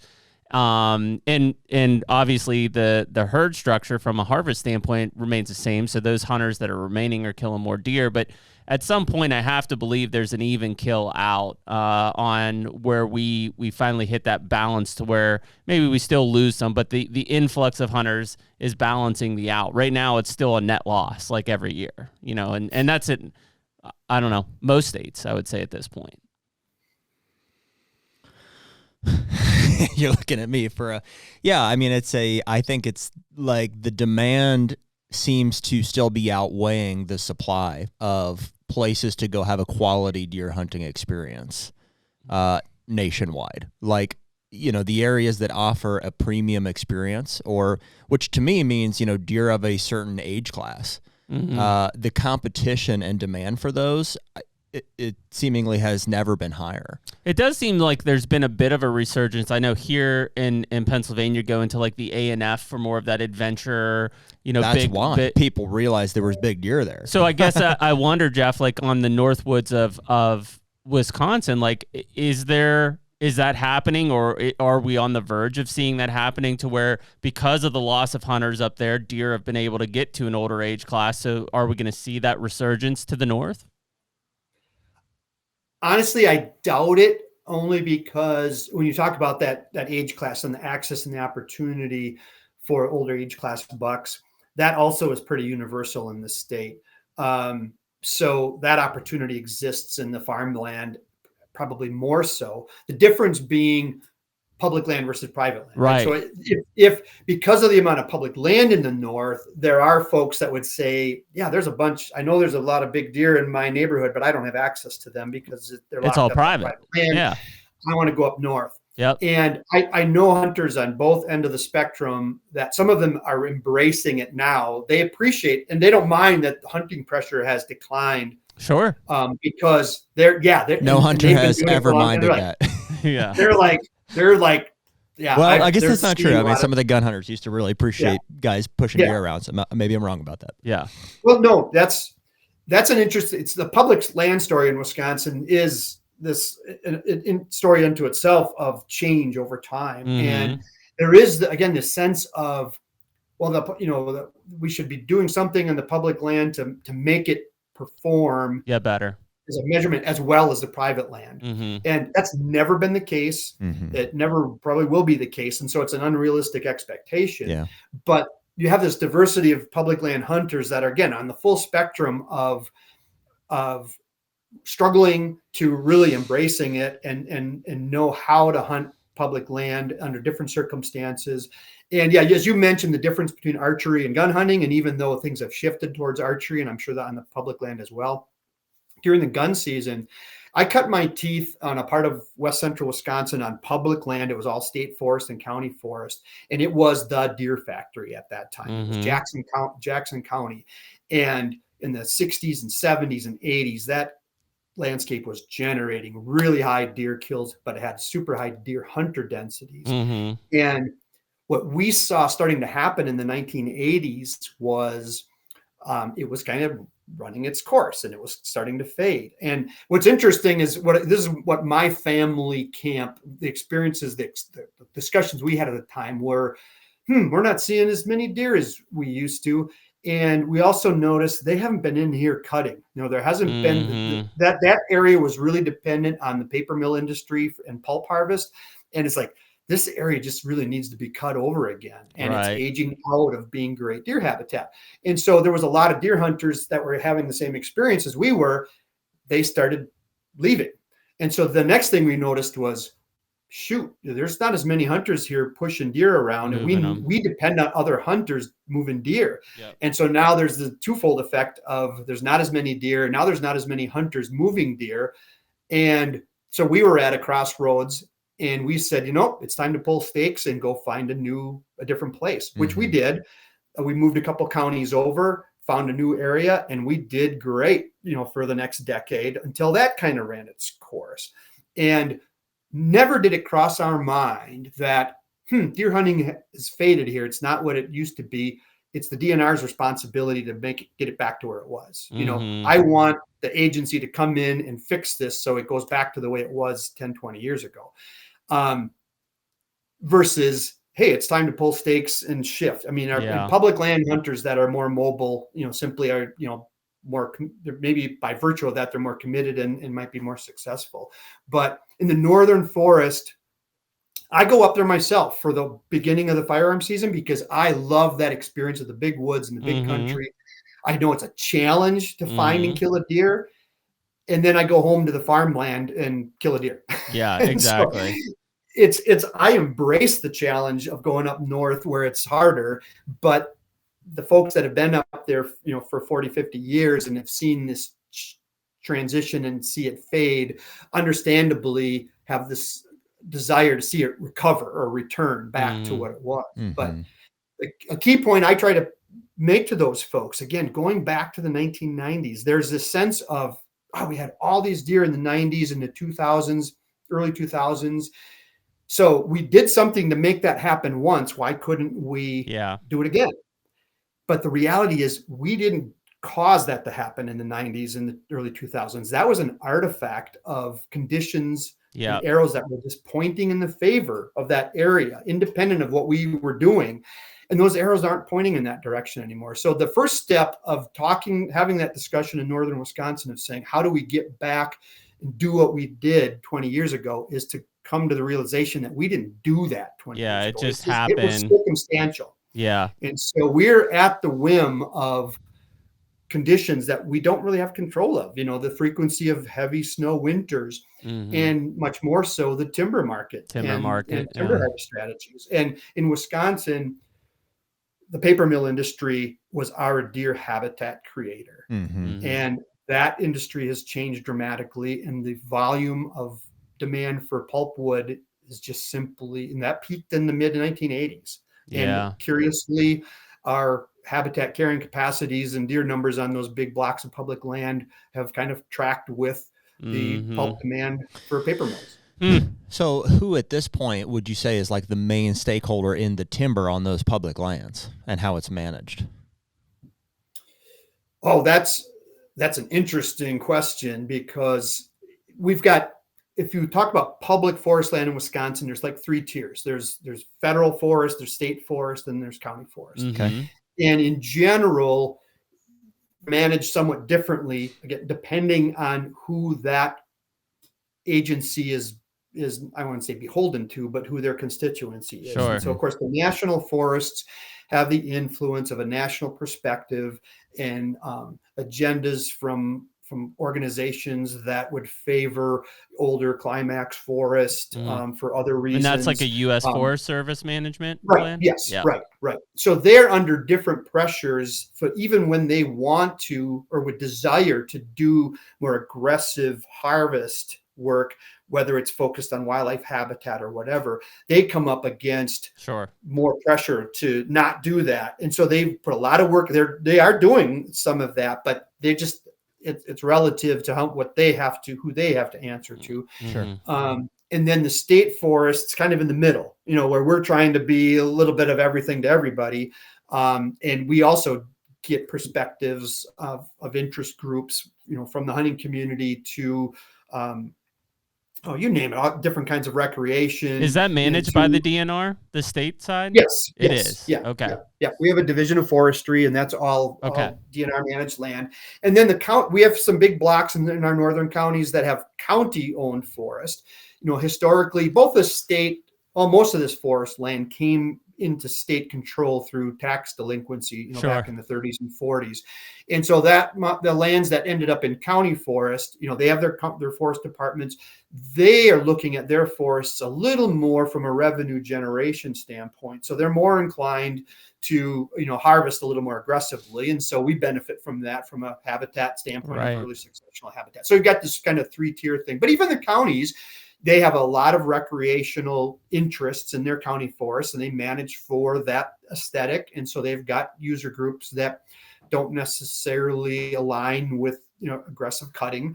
So they navigate that as well. But so generally have got these 3 tiers of, county forest is going to have an average of younger age stands, in the states, a little more of a mix. And then the federal forests are going to tend towards older age class forests. And we've got there's some of our counties up north have a lot of federal forest, and hunters that remembered hunting on that in the 70s and 80s and earlier.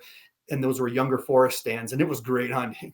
Yeah. And there's, short of doing another, cutover, that landscape's never going to see deer like it did in those decades.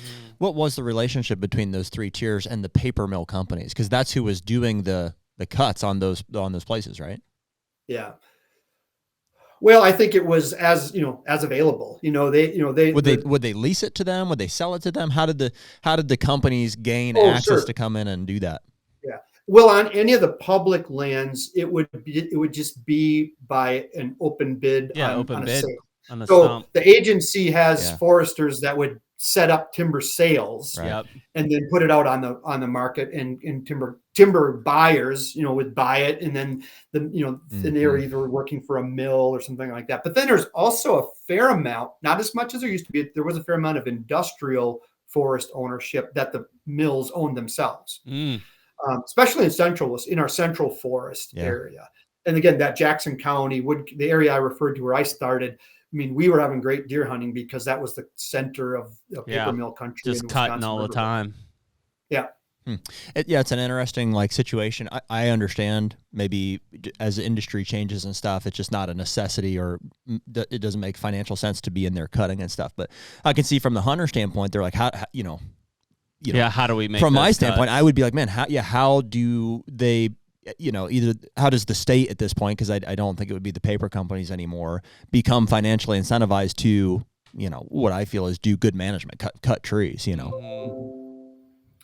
Well, that's where the thought was, would other markets potentially develop? And that's where, although I've been kind of out of that circle for a number of years, so I can't speak to where we're at or what's going on. But for a number of years, biofuel seemed like it might be the next answer. If they were going to go in and harvest just for the fuel aspect and chip it up and turn it into, power plant fuel, is like, oh, this might be the next wave of more frequent turnover of some of these, forest stands. Right. Doesn't seem like right now. It seems like on the other end of the spectrum, the desire to pursue carbon sequestration, in the form of, standing trees, works in the other direction. So interesting.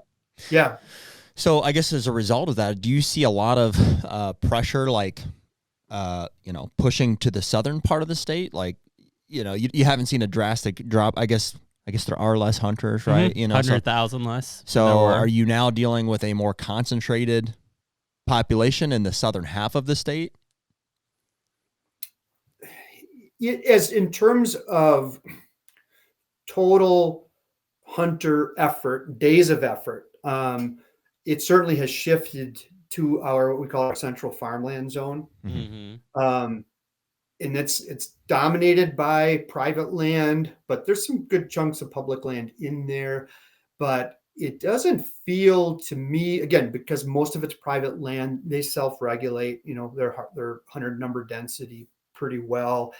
And it's been interesting to try to keep a thumb on what we would consider what has hunting pressure done? Because again, hunting strategy has shifted to the point where so many hunters now, even during the gun season when you're wearing blaze orange, so many hunters are hunting from permanent enclosed stands and not moving around. You just don't see hunters on the landscape like you used to. So when I say pressure, Jeff, what I mean is competition for access. Mm-hmm. The public land, I think there's this. The private land is the private land. Which really doesn't apply to public, right? Because so, there is pressure more in the sense that you're saying, like there's more people pushing deer around and more hunter days spent on them. Well, but in the private land sense, it's more competition for access. Yeah, right. So in terms of measuring, lease price, we've seen a lot more leasing on those private lands. Certainly, over the last couple of decades, and that's part of where we are losing hunters in that 100,000 that we've lost. They've said, well, I lost access to my spot because it changed to the next generation, and they decided to put it out on the market for leasing, and and rather than find a different spot, they've just stepped out. So it doesn't seem so. Yeah, there's pressure for those good spots for sure. But there's different, it's different in different parts of Wisconsin. You mentioned earlier, you were chatting about how, it's well known in the West Central over in Buffalo County, it's got that reputation for its ability to produce big bucks. And along with that came a lot of that pressure and leasing and the prices. And that just kind of went through the roof the last 20 years. There's other parts of the state that I would argue are just as good as that area, but locally those communities have said, we don't want to go in that direction. And they're like, keep it quiet. Let's not talk about it as much as they talked about it over there. And, it does, it's how those private landowners choose to, kind of pursue that. And then on the public land, the full spectrum, if it's really holding deer, it's going to attract attention and it's going to hold, get up on a bunch of hunters on it. And those hunters, depending on how they cope with that, again, there's hunters that embrace hunting pressure because they know how to use it to their advantage. And there's others that will, be frustrated because, they're seeing other hunters and they view that as negatively impacting their experience. And so, it's a mix. It's hard to put a finger on exactly how it plays out.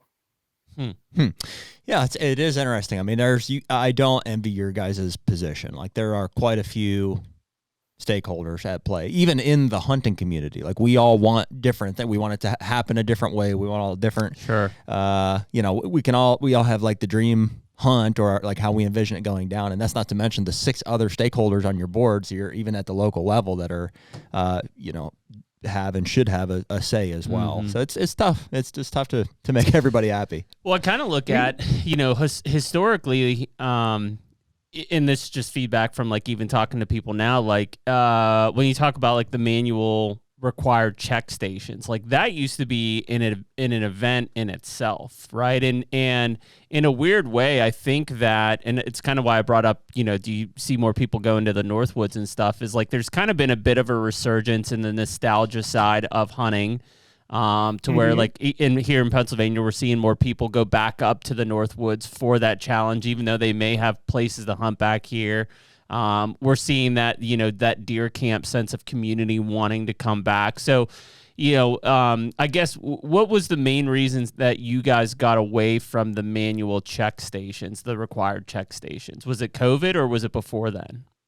No, it was before COVID, and it really was just simply a recognition of cost effective. Right. Yeah, that's a heavy resource. Unbearable in some cases. Yeah. Well, both on the agency and what we were putting on the hunters, and the hunters did so willingly because it was part of the culture. Like I said, being a trip to the registration station, as inconvenient as it may have been, was a symbol of I had a successful deer season. Right. I got to go to the registration station. And so most hunters embraced that.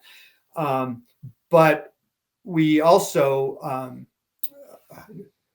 I did a back of the napkin calculation of what it cost in just fuel, collectively across the state, to pull off, in-person deer registration, and it's a shared investment, of course, in everybody, but it was like $1 million worth of gasoline, wow. Was consumed to pull off, deer registration. Yeah. But everybody, has their own little tiny piece of that, and it didn't feel too painful. But I often thought that if now we haven't had that for a decade, and we were one of the last states that were requiring that, along with a few other things. And there was one of the things that helped. There was a tangible aspect to that where people could go and visually see, these are dead deer, right, coming through, and collectively as a community. And when we did go away from that, it's interestingly, it has generated a degree of skepticism that's what I was wondering. It was here they are. They are tangibly, like, this is how many were. And again, not everybody, I'm sure, brought them to the check station, but it sounds like a high percentage of them, even though it was required, a high percentage of them did because of the culture, like you said. Yeah, we had really strong compliance rates, but we did, even historically in those days, when all the dust settled on our harvest data, we accounted for non-compliance by adding 15%. We added 15% to whatever our final numbers were. And with really a shot in the dark. It was just like, we know we need to account for it. So I don't even know what the origin of 15% was, but we used it for decades, and it seemed to work in as much as our subsequent harvest predictions were pretty good. And so we stuck with that 15%. When we went to electronic registration, we kept that 15% in place, and then we actually devised an independent way of actually trying to monitor compliance. And what we found was the compliance was actually better than that. It was closer to, between 85 and 90%. Okay. And so it was like, hey, that 15% correction factor seems to be serving us pretty well, and we continue to utilize that. But now that this has all gone online, the two things I hear is, hunters are forgetting to do it. And I know everyone knows somebody who didn't register their deer. Right. Well, so I point out that, even with a 90% compliance rate in Wisconsin, that's over 30,000 deer that went unregistered. So it's not hard to imagine you're going to hear of or know somebody in a situation where somebody didn't register their deer. So, and of course, it comes from a good place where people are concerned about having good data, right? They want to make sure it's good, and so they're skeptical and critical. But we pointed out is that, yes, it happens. We know it happens. We accommodate for it. I know when Michigan first went into mandatory electronic registration a couple of years ago, they too now have to kind of sort out that. I think they use 25% as a correction factor. But they didn't have that institutional cultural built-in expectation, that everybody would register their deer. So we've benefited. It has been a strong, participation even electronically. And the other thing they say is like, oh, but now we miss the gatherings and the stories that happened there. And there's I miss that myself. I used to not get to hunt opening weekend of the gun season. That was just a product of its time, I think. I mean, you can't, as much as people might want that to happen again, it's, the in-person checks to somebody like me would be a inconvenience. It is. And the cost to run them is astronomical. Yeah, it'd be an inconvenience. I really think it's great that I can check them on my phone. If I had to guess, I would say, like, man, I would think that more people would be willing to, because it's easier. You know what I mean? It's like, I could just go through my app thing here really quick. I've enjoyed that, but you're right. I mean, it's, that there's no longer that check-in type of an environment. That culture isn't. It's just shifted to, like you said, social media. But I think also just in smaller camp dynamics. You know what I mean? It's neighbors. Everything has changed. Yeah, I mean, it's a very different climate than it was even 10 years ago. Just how we do it. Yeah, I try to kind of pinpoint some of those things, because in a state like Wisconsin is very similar to where we're at in Pennsylvania or in Michigan or Minnesota or even Missouri in terms of the rich tradition and the higher hunter density that they have. And when I kind of look at our state, Jeff, like Pennsylvania went through a long time there of historically been bred to see, 50 deer on opening day. And like, there's nobody that sees that anymore, or very rare to have that. But we see better quality bucks than we ever had. People are killing bigger deer than they ever had. When I think about Wisconsin, it seems like that's a state that traditionally has always had bigger bucks. Maybe not, being a cumulative impact to the overall harvest, in terms of numbers, but, people have always killed big bucks in Wisconsin. Where do you think right now the mindset of the Wisconsin deer hunter is? Is it still predominantly like the traditional, like I just want to go out and kill a buck, or has that started to shift to more quality of harvest mindset? Oh, it certainly shifted. And again, that really started in the 1990s, as we were talking about earlier, where prior to that, the perception was, I've got a permit to shoot an antlered deer. This might be the only antlered deer I see. I'm going to shoot the first one I see. Yep. And as the deer herd grew in the 90s, the comfort of, this might not be the only deer. I got more comfortable with passing, on a deer in hopes of a different opportunity. And so it allowed but again, we have the full spectrum in Wisconsin of diversity of values and what people want. The number of hunters that I interact with and reach out that are disappointed when they can't get an antlerless permit because they're like, I just want venison in the freezer. That's my objective. And I love living more, connected to the land. And I just want to get a deer.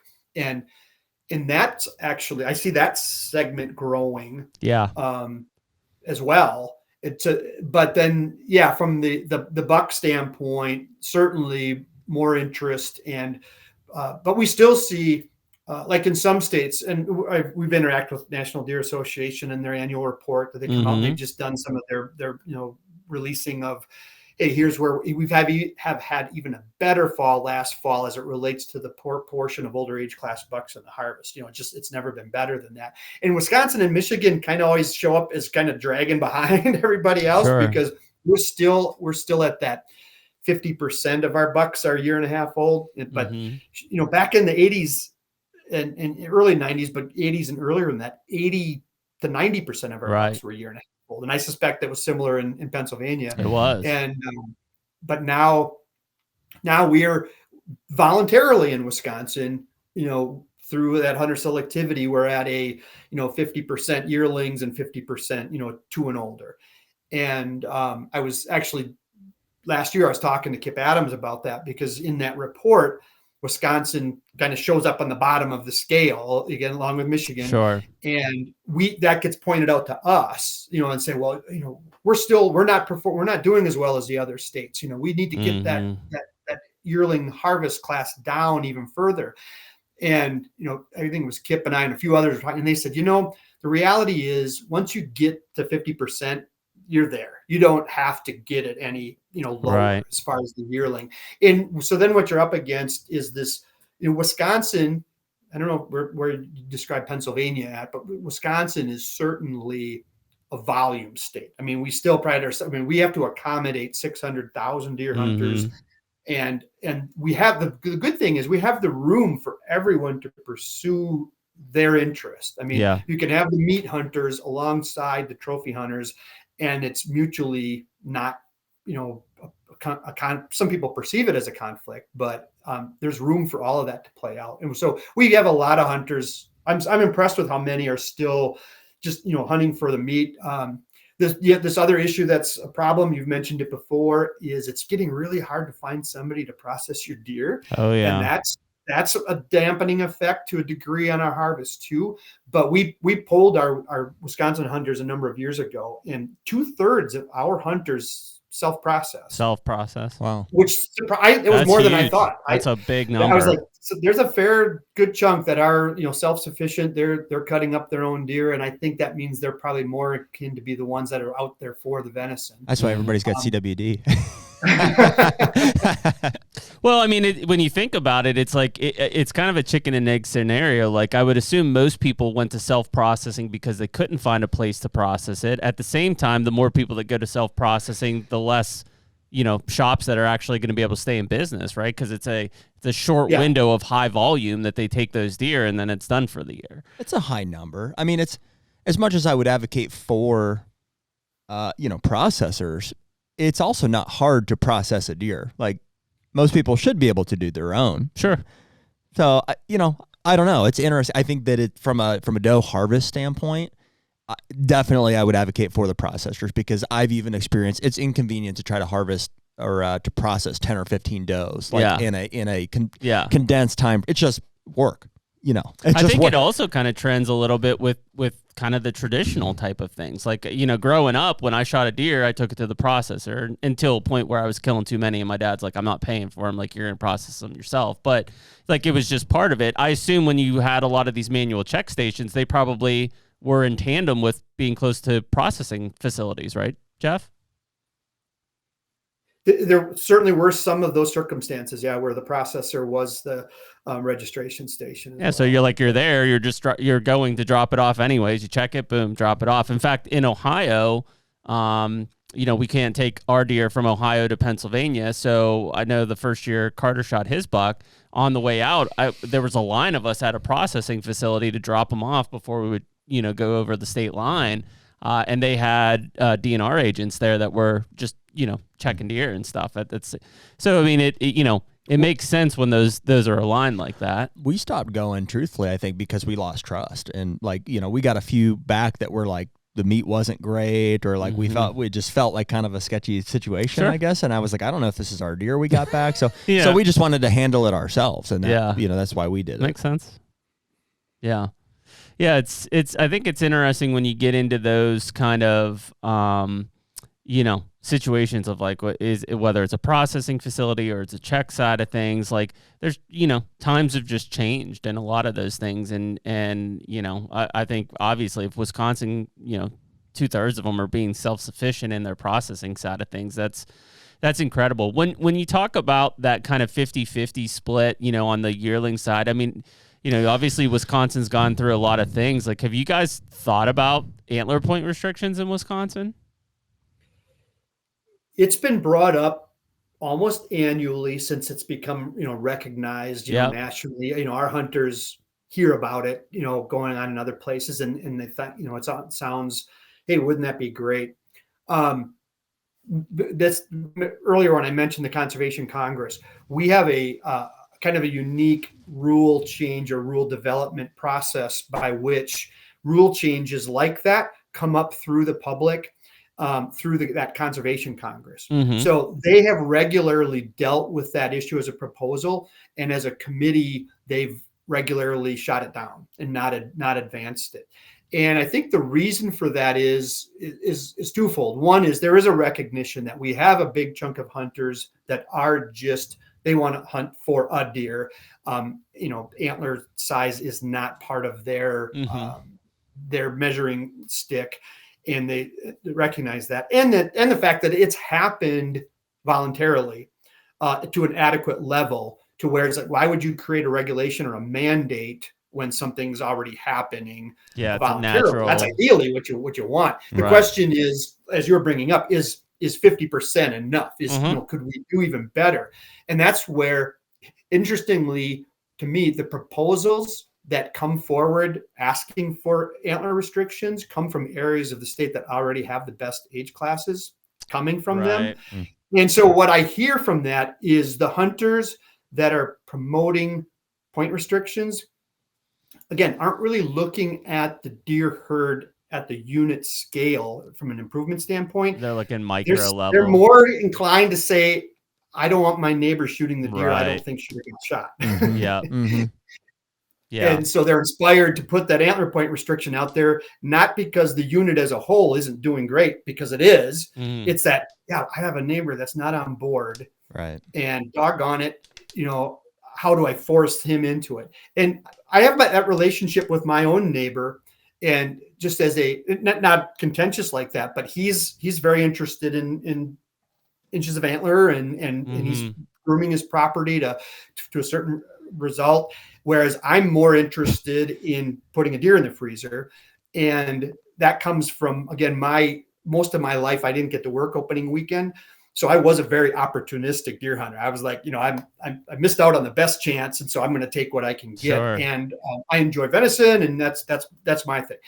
So I appreciate that he really looks forward to the rut, looks forward to the opportunities during the gun season. And I quite often shoot the first 1.5-year-old buck that I see, and I'm done. And I tell him, I'm like, I'm the best thing I'm exactly what you want as a neighbor, because if I fill my buck tag, I'm out of the game. Yeah, you're out. And I'm not going to take your target buck out from under you. And I'm not part of it. And these 1.5-year-old bucks, frankly, are very expendable. Mm-hmm.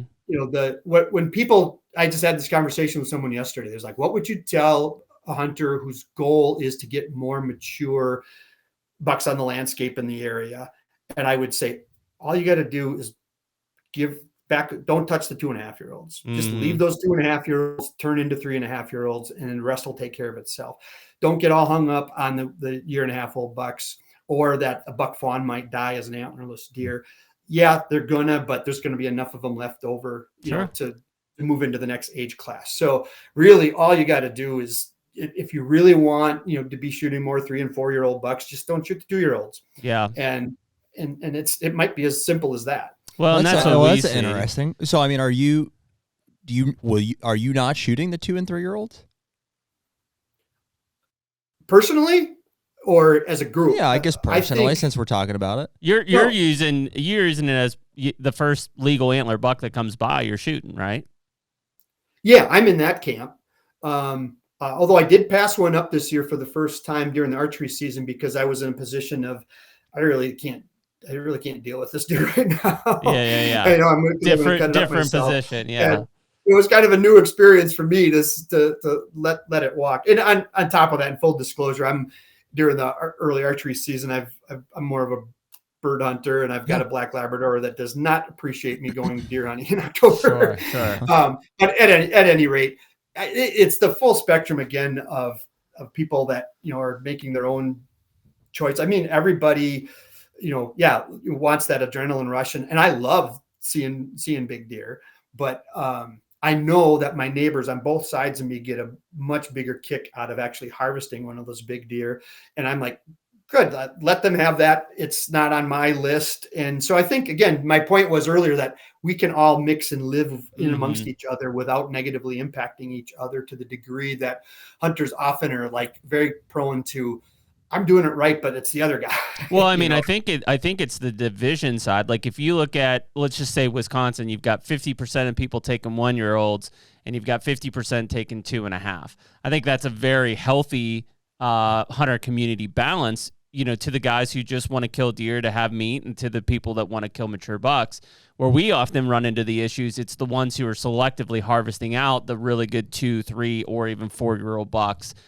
Which honestly has to be a big part of the population, at least in specific communities. I don't think it is in Wisconsin. I think it is in Ohio, where you can use bait. Well, I'm sure it is. In some of these counties he's mentioning, there's potentially, but if it's a 50%, like I would say that there's probably not 50% of the buck harvest in Ohio is 1-year-olds.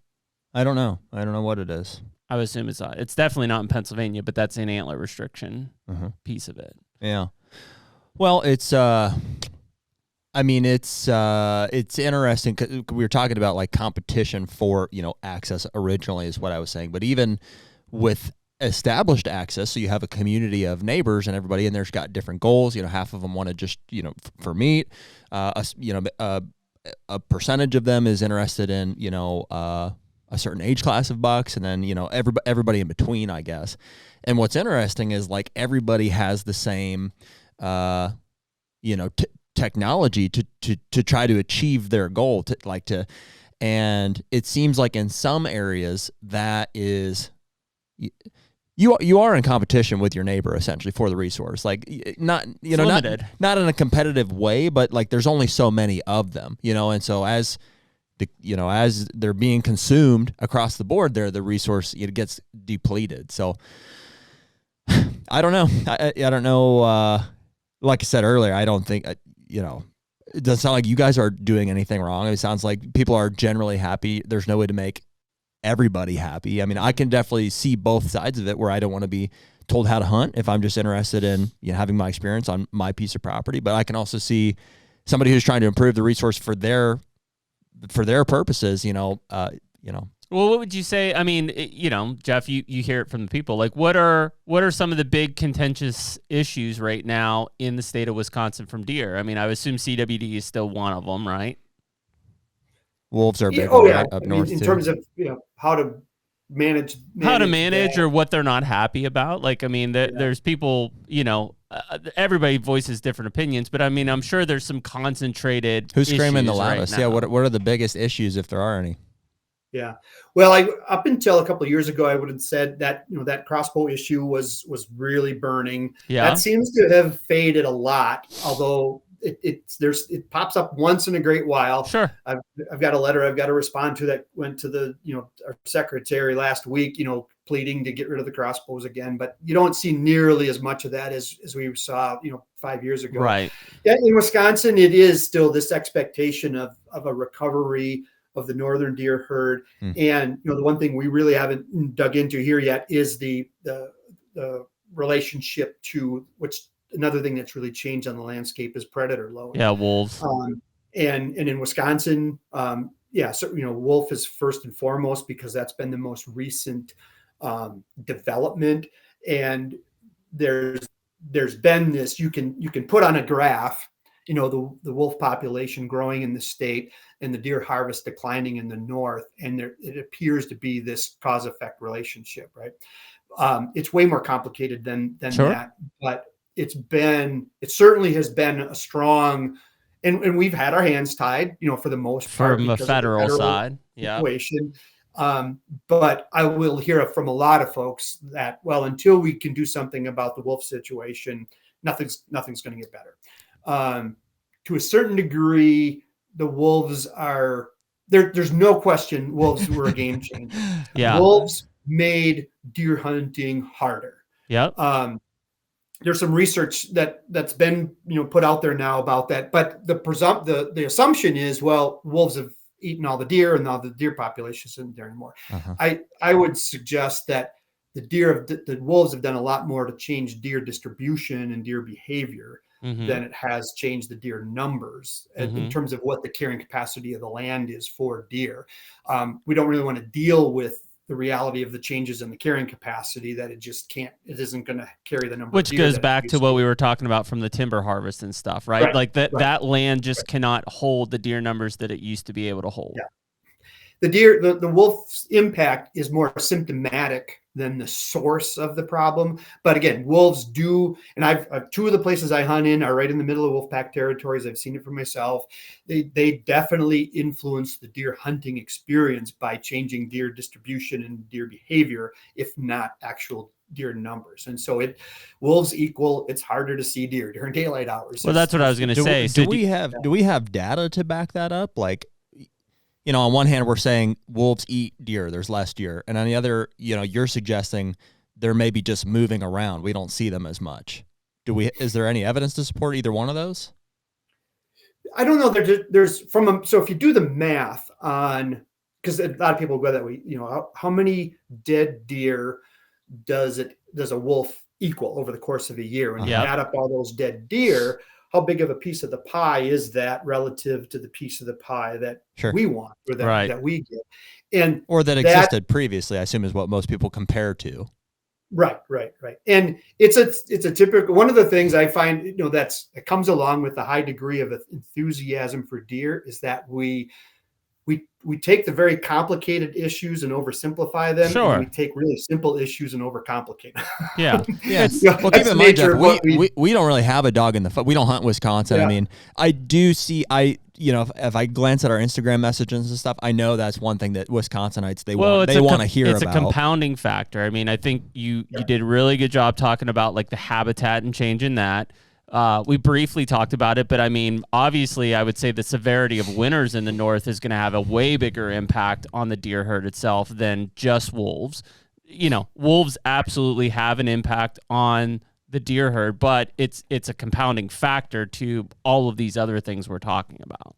Right. Yeah. And the complicated part of that issue of doing the simple math of saying, well, each wolf equals the equivalent of how many deer. The question then is, well, how many of those deer, first of all, they scavenge dead deer. So how much of that total volume is deer that were already dead? How much of it is deer that were going to die of something else anyhow? And so and this goes into the basic, wildlife management principle, of course. Yeah, predator-prey relations. Compensatory versus additive mortality factors. Yep. And so that's what it comes down to. Is something that the wolves are doing or what we're doing, additive? And so have those discussions. But so anyhow, that's a hot, going back to just as a hot topic, but wolves get a lot of the attention because at the moment, they're a hands-off thing that we don't have the control can't over. do anything. Really, predator load we've got a much more robust black bear population in Wisconsin than we have. Which has a huge impact on fawn populations. That's been proven. Sure. Yeah. It's a very narrow window of time that they do, but by virtual simple numbers, they can have a bigger influence. So we've done some survival studies in the north and in the farmland to see what the risk factors were. And it was really geared towards buck survival rates, because our population model really needs to get a good handle on buck recovery rate, which is what portion of the buck population dies due to hunters and what portion dies to other causes. And it doesn't really matter what all those other causes are, but collectively, but in that research, that research would suggest that wolves are not the driving factor, but that's not necessarily going to be people that want to hang their hook on, let's fix the wolf situation and everything will go back to the way it was. That's, you're not going to convince them otherwise until it'd be an interesting experiment if we could snap our fingers and reduce the wolf population by half and then see what response is. I wonder have you guys thought of, or have you done any like thermal drone studies or anything? Like obviously going up into those areas and putting up thermal drones, barring, some canopy cover from evergreens and stuff, it'd be like, here's like, there are deer on this landscape. Here they are. Well, yeah, going back to the question you asked earlier about, quantifying this theory I had of, deer distribution versus deer, decrease in numbers. It is mostly anecdotal in that, and you get somewhat captured with trail camera evidence of people saying, we're getting a lot more, deer in the North Woods are spending more time in close proximity to human residents. And it's twofold. One is predator avoidance. And two, it is still the fact of supplemental, either intentional or unintentional supplemental food being provided in residential areas is drawing deer out of the big woods and closer to people. And so that's, again, a lot of the hunters in the north that traditionally hunted the big public land blocks, they recognize that. And they're frustrated. It's like, I can go up there and I can see all kinds of deer if I drive close to town or close to the cabins, but they're just, like hen's teeth out in the big blocks of, public wood. Yeah. Interesting. Just because it'd be fun to know. I mean, have they assigned a number to how many deer they think a wolf kills every year? There's a couple of different research projects out there that range from get 17 to 25 per wolf. But again, that's not how many that they kill. It's just how many they're equivalent consuming. Of how many deer they consume over the course of the year. And now whether those, how many of those were live walking deer versus, so it's just that kind of an equivalent factor of animal units, that now, and there's some other research, because when I'm talking to someone on the street and they're advocating for, why wolves are such a problem, they'll cite things like, 30 to 40, deer per wolf, because that's what they read on social media.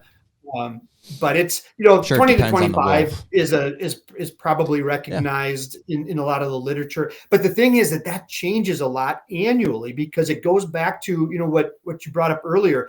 The real driver is winter severity. Yeah, winter severity. When the winter's tough, the wolves are going to kill more deer. Yeah, absolutely. And but the question is, if the wolves weren't there, were those deer going to survive? Were they going to die? Yeah. Right. Well, I mean, it seems like I mean, I know it's been talked a lot, but I mean, I'm just reading some things here more and more about the new administration. Like, it seems like we're pretty imminent to some sort of removal of the wolf from, basically in a delisting. And so I'd say that whether it's this year or in the next couple of years, like At a national level? there'll be a chance for the states to manage the wolf population for the Are first they not time. already? No. Really? It's a federally listed issue. Really? Yes. Oh, So well, maybe I should just stop reading just headlines, but I would have said for sure, like in Colorado, like some of the places they've released them recently, they like very quickly started having livestock issues and very quickly either delisted or having targeted management. So there's differences in the areas. So like in Wisconsin, Michigan, like that's part of like the Great Lakes plan, essentially, that there's a plan that's in place, but Concepts of a plan. Yeah, concepts of a plan. But right now, federally, it's a listed protected species, so you cannot do anything. Really? Yeah. Don't guys shoot wolves? That's a thing, right? I see In that. Canada. Mm-hmm. In Alaska? No? I think so in Alaska as well. I guess so. I don't know what I'm talking about, but Canada for sure. I think I've seen that. Definitely Canada. Not legally in Wisconsin or Michigan, UP. The Great Lakes, well, as you referenced, those are still under full protection at this time. We do have in Wisconsin, in our state statutes, we do have embedded in it a wolf season that compels us to. I mean, if it comes off, goes back to the state, the wolf season structure is already laid out and ready to roll. So, we'll be back into, and we had a 3-year window. Gosh, almost a decade ago. Yeah, I was gonna say it was in mid 2000, and we had 3 seasons that I think we demonstrated we could do this responsibly. From managing the resource of the population, certainly a wide variety of diverse opinions on that. And then we got into a really unique situation about 3 years ago. Maybe it's time's escaping me, but the wolves got delisted again, but for a short period of time, and it came. From a timing standpoint, it came badly for our wolf season structure. And so our wolf season runs November, December, January, into February, I think even. And so, when we have a normal wolf season harvest window, a lot of in the early part of the season, it's a combination trapping and hunting harvest. And so in the early part of the season, trapping is a much more effective strategy. And in those 3 years, most of the harvest was taken by trapping, not by hunting. Yep. And then in this unique year, a couple of years ago, there was a debate whether we should even open it up or not, because the delisting happened at the very tail end of this, like February.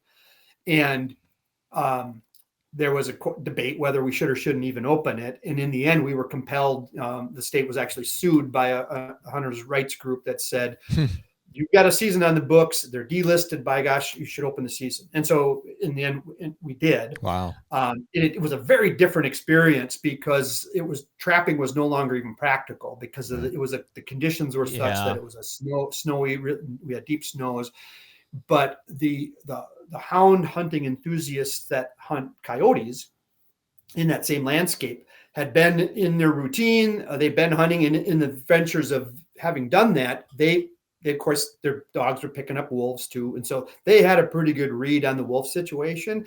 And so when that season opened up, all the conditions lined up just perfectly. And they had, we hammered them. Got the harvest in like a weekend. Yeah. And so people interpreted that in very different ways. And it was just a strange circumstance, the way that all came to be. And so now we haven't had any wolf harvest in 3 or 4 years. 4 years. Yeah. But as you were suggesting, we might be in a position, in the next year seems or like two, it, at least from the chatter, in the administration. And should that happen, we'd be back into a wolf harvest situation again, because it's created in our statute, and it's there and waiting for the management to come back to the state. So were there wolves in Wisconsin like 10 years ago? Yes. Yeah. Okay. So quick history of wolves in Wisconsin. There was a very narrow window when wolves were extirpated from the state, and that would have been from like the 1950s to the early 1970s. Okay. So there was this long-term, predator, only good wolf is a dead wolf attitude, all that kind of stuff from the late 1800s to the middle of the 1900s, bounties, all that kind of stuff. Yeah, wolves were extirpated from Wisconsin for about a 20-year period. So literally in a relatively short period of time that we didn't have any wolves on the landscape. Mm-hmm. They started, and during that time, they were constantly trying to come back into the state from the core population in northern Minnesota. Okay. That's what wolves do. They were just always sending out pioneers, but what was happening for 20 years is that any wolf that came into Wisconsin didn't live very long. Yeah, it was once it crossed paths with a human. Once the Endangered Species Act came into play in the 1970s, that's what changed the whole paradigm, and it allowed these expanding wolves to actually establish and pioneer in new areas. And so our wolf population slowly got reestablished in the 70s and was slowly growing and became a featured endangered resource with a goal to get that population up to 350 animals. Yeah. Well, then it quickly got past 350 animals. And then we hit that era again, the 1990s. The deer population became the launching pad for the wolf population. Right. I mean, basic predator-prey relationships supply. I mean, you couldn't have asked for a better situation for the wolves at that point in time to really expand their population. So that they did so on the backs of you can't have one without the other, right? If you're going to have a great prey base, the predators that utilize it are going to benefit from it too. So that's where we had this exponential growth, through the 90s and even the early 2000s. And now any expansion in the state now is really an expansion of range, south in the state. So the state number looks like it's getting bigger, but the wolf density in the northern part of the state, that leveled out a long time. Balanced out. Because wolves are kind of self-limiting themselves. Sure. They don't necessarily like each other anymore than for the same reasons we don't like them. Yeah. We view them as competition. And so wolves will self-limit based on pack size and territory range and that kind of stuff. Interesting. Huh. Cool. Yeah. Well, I guess maybe it's for another time, but I'd love to know like the federal outlook on like why. It's constantly changing. Yeah. I mean, most of it's just anti-groups, I mean, the wolf is one of the most like revered animals from like an anti standpoint. Sure. It's spiritual and it is everything. Yeah, it is. I get it. But just like any population needs managed, but yeah, right. Yeah. So I've had in my Northwoods hunting experience, I've had two, encounters with wolves while I was deer hunting on opening weekend. And for better or worse, they're some of the most memorable experiences I had when I was out deer hunting. And from my perspective, it was very, very cool. From another person's perspective, that'd be, the worst part of their deer hunt. Exactly. Yeah, blew everything. They are cool. Yeah, they are cool. I'm glad we don't have them here, but they are cool. I'm glad. I'm glad they exist somewhere. Yeah. Well, cool, man. Well, there's our break-in of Wisconsin, right? From a deer basis. Yeah, pretty straightforward.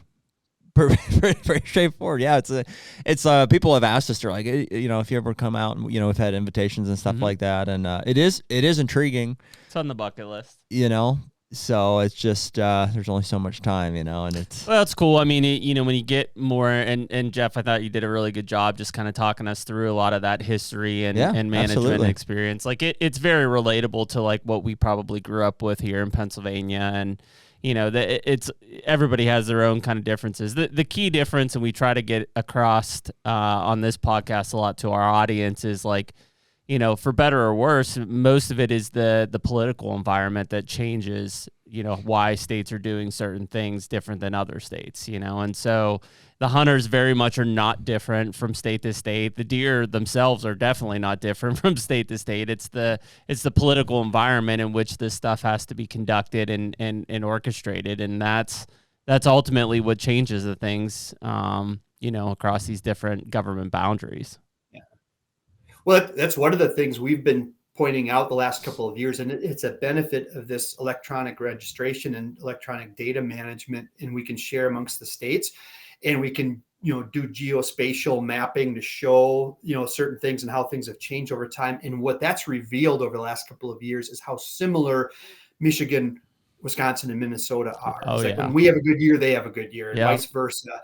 And so what that helps people understand is that, it's not any little one thing that the state is doing right or wrong or better or worse, that we think we're in control of our destiny. That we're all subject to some of the same driving factors, usually climate and weather and other changes that are the real drivers. And so when we can say that, you can point your finger at this or that rule that this or that state is doing, but that comes down to managing, to the degree we can, the hunter experience, but managing the resource, in that we are actually in control of the direction of that resource is really more of a, there's certain things that are just out of our hands, and we're all subject to the same thing. And so when they see that, whatever happens in Michigan, Minnesota, and Wisconsin, seems to all happen about the same. It's like, it maybe helps shape that perspective of, there's certain things we shouldn't get so hung up on. No, it just kind of is what it is. At that point. Well, cool, man. Well, Jeff, we appreciate it and spending time for us and, helping us kind of understand that. I'm sure the audience will really enjoy it. And we'll definitely have to keep following up on this at some point as things develop and, just build on it. This was a really good baseline discussion for us and the audience to get to understand what's going on in Wisconsin. And yeah, man, we appreciate your time. Yeah, no, I appreciate you guys taking a deep dive and looking at some of the other states and kind of getting into the weeds on some of these things. It helps me get the word out to help, again, get some insight and appreciation to, hey, this is how it really plays out or why it plays out, and that we don't necessarily have an agenda that we're trying to do subversively to, that's in opposition to the hunting community. We're for the deer hunters ourselves. And my thing especially with the folks up north, it's not about me wanting to prove them wrong or change things for them for the better, but I want them to understand the influences so that they can enjoy the last decade of deer hunting with a realistic perspective of, this is why it is the way it is, rather than be in a funk of, it would be better if this. No, I think that's fair statement. Yeah, and I mean, obviously a lot of things changing too. Like, it'll be interested to watch some of the CWD research coming out if we do see some of these populations dropping in response to that, or if it simply is just because, hunters are migrating out of those counties and not killing deer in those areas. Like, those are the questions that oftentimes, like, we're trying to circle around and we don't know, right? We don't know until the data is collected on it.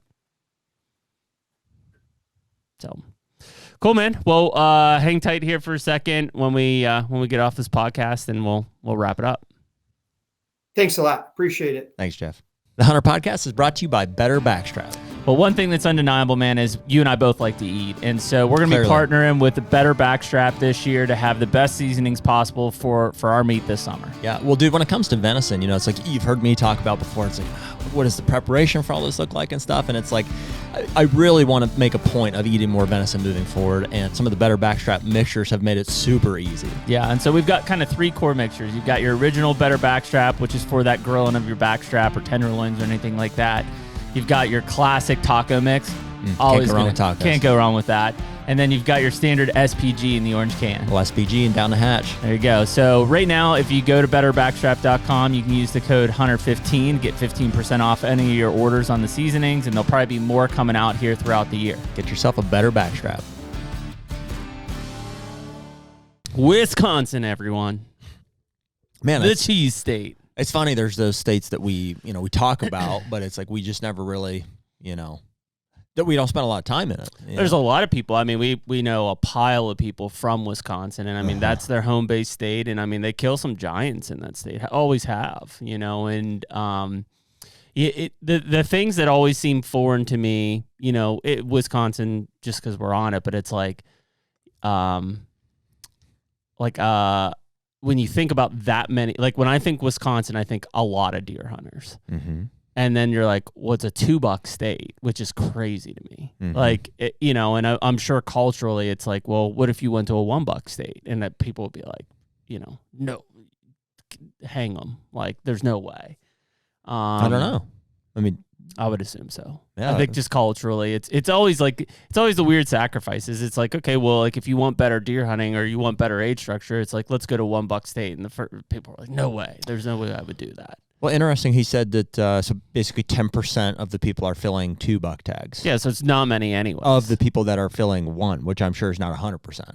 It's not even close. Not close. So 50% maybe. I think they're killing like 180.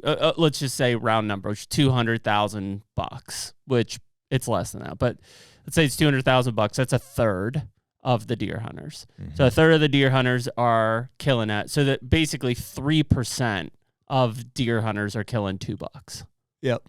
And I guess the question is why? You know, is it because they couldn't?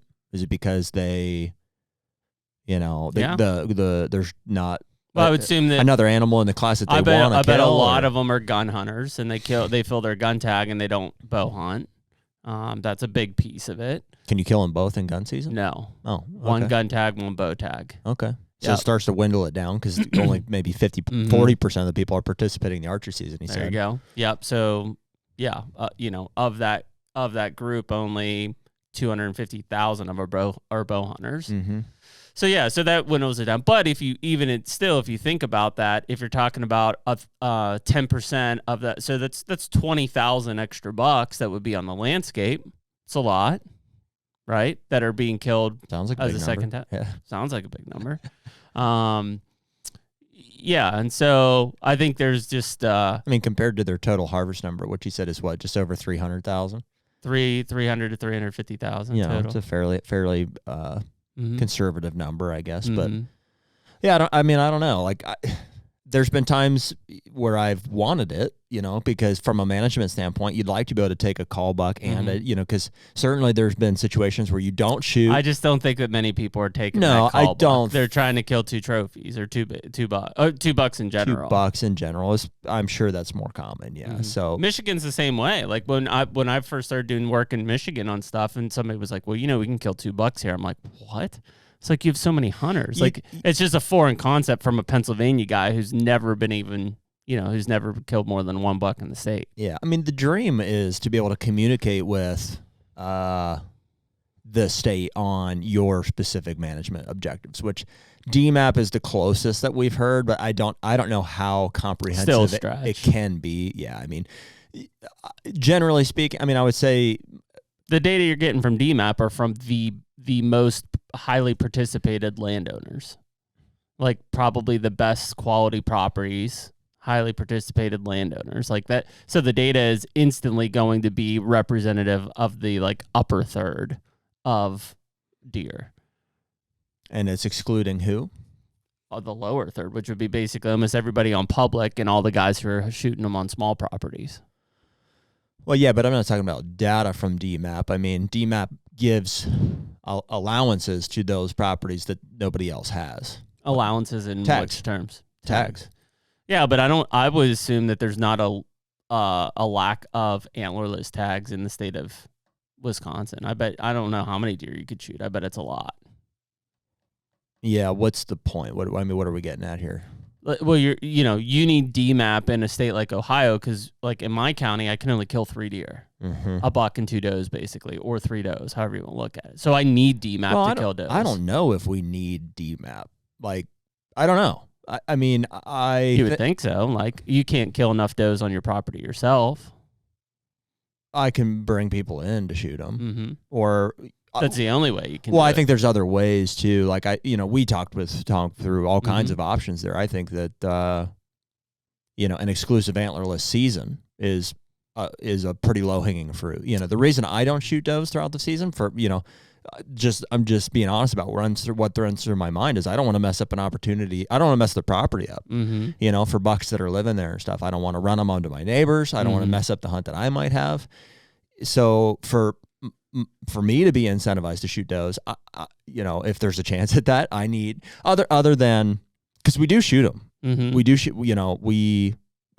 just from a management standpoint, I feel like we have to, you know. I mean, you guys don't really shoot does besides doe fest though, right? Yeah. And I don't love how we do it. I mean, because it's during a gun season, it freaks me out to be pushing deer around that time of year, and it's late, you know, you have some shed bucks. Most of the does are pregnant at that point. I mean, just like, I don't love that.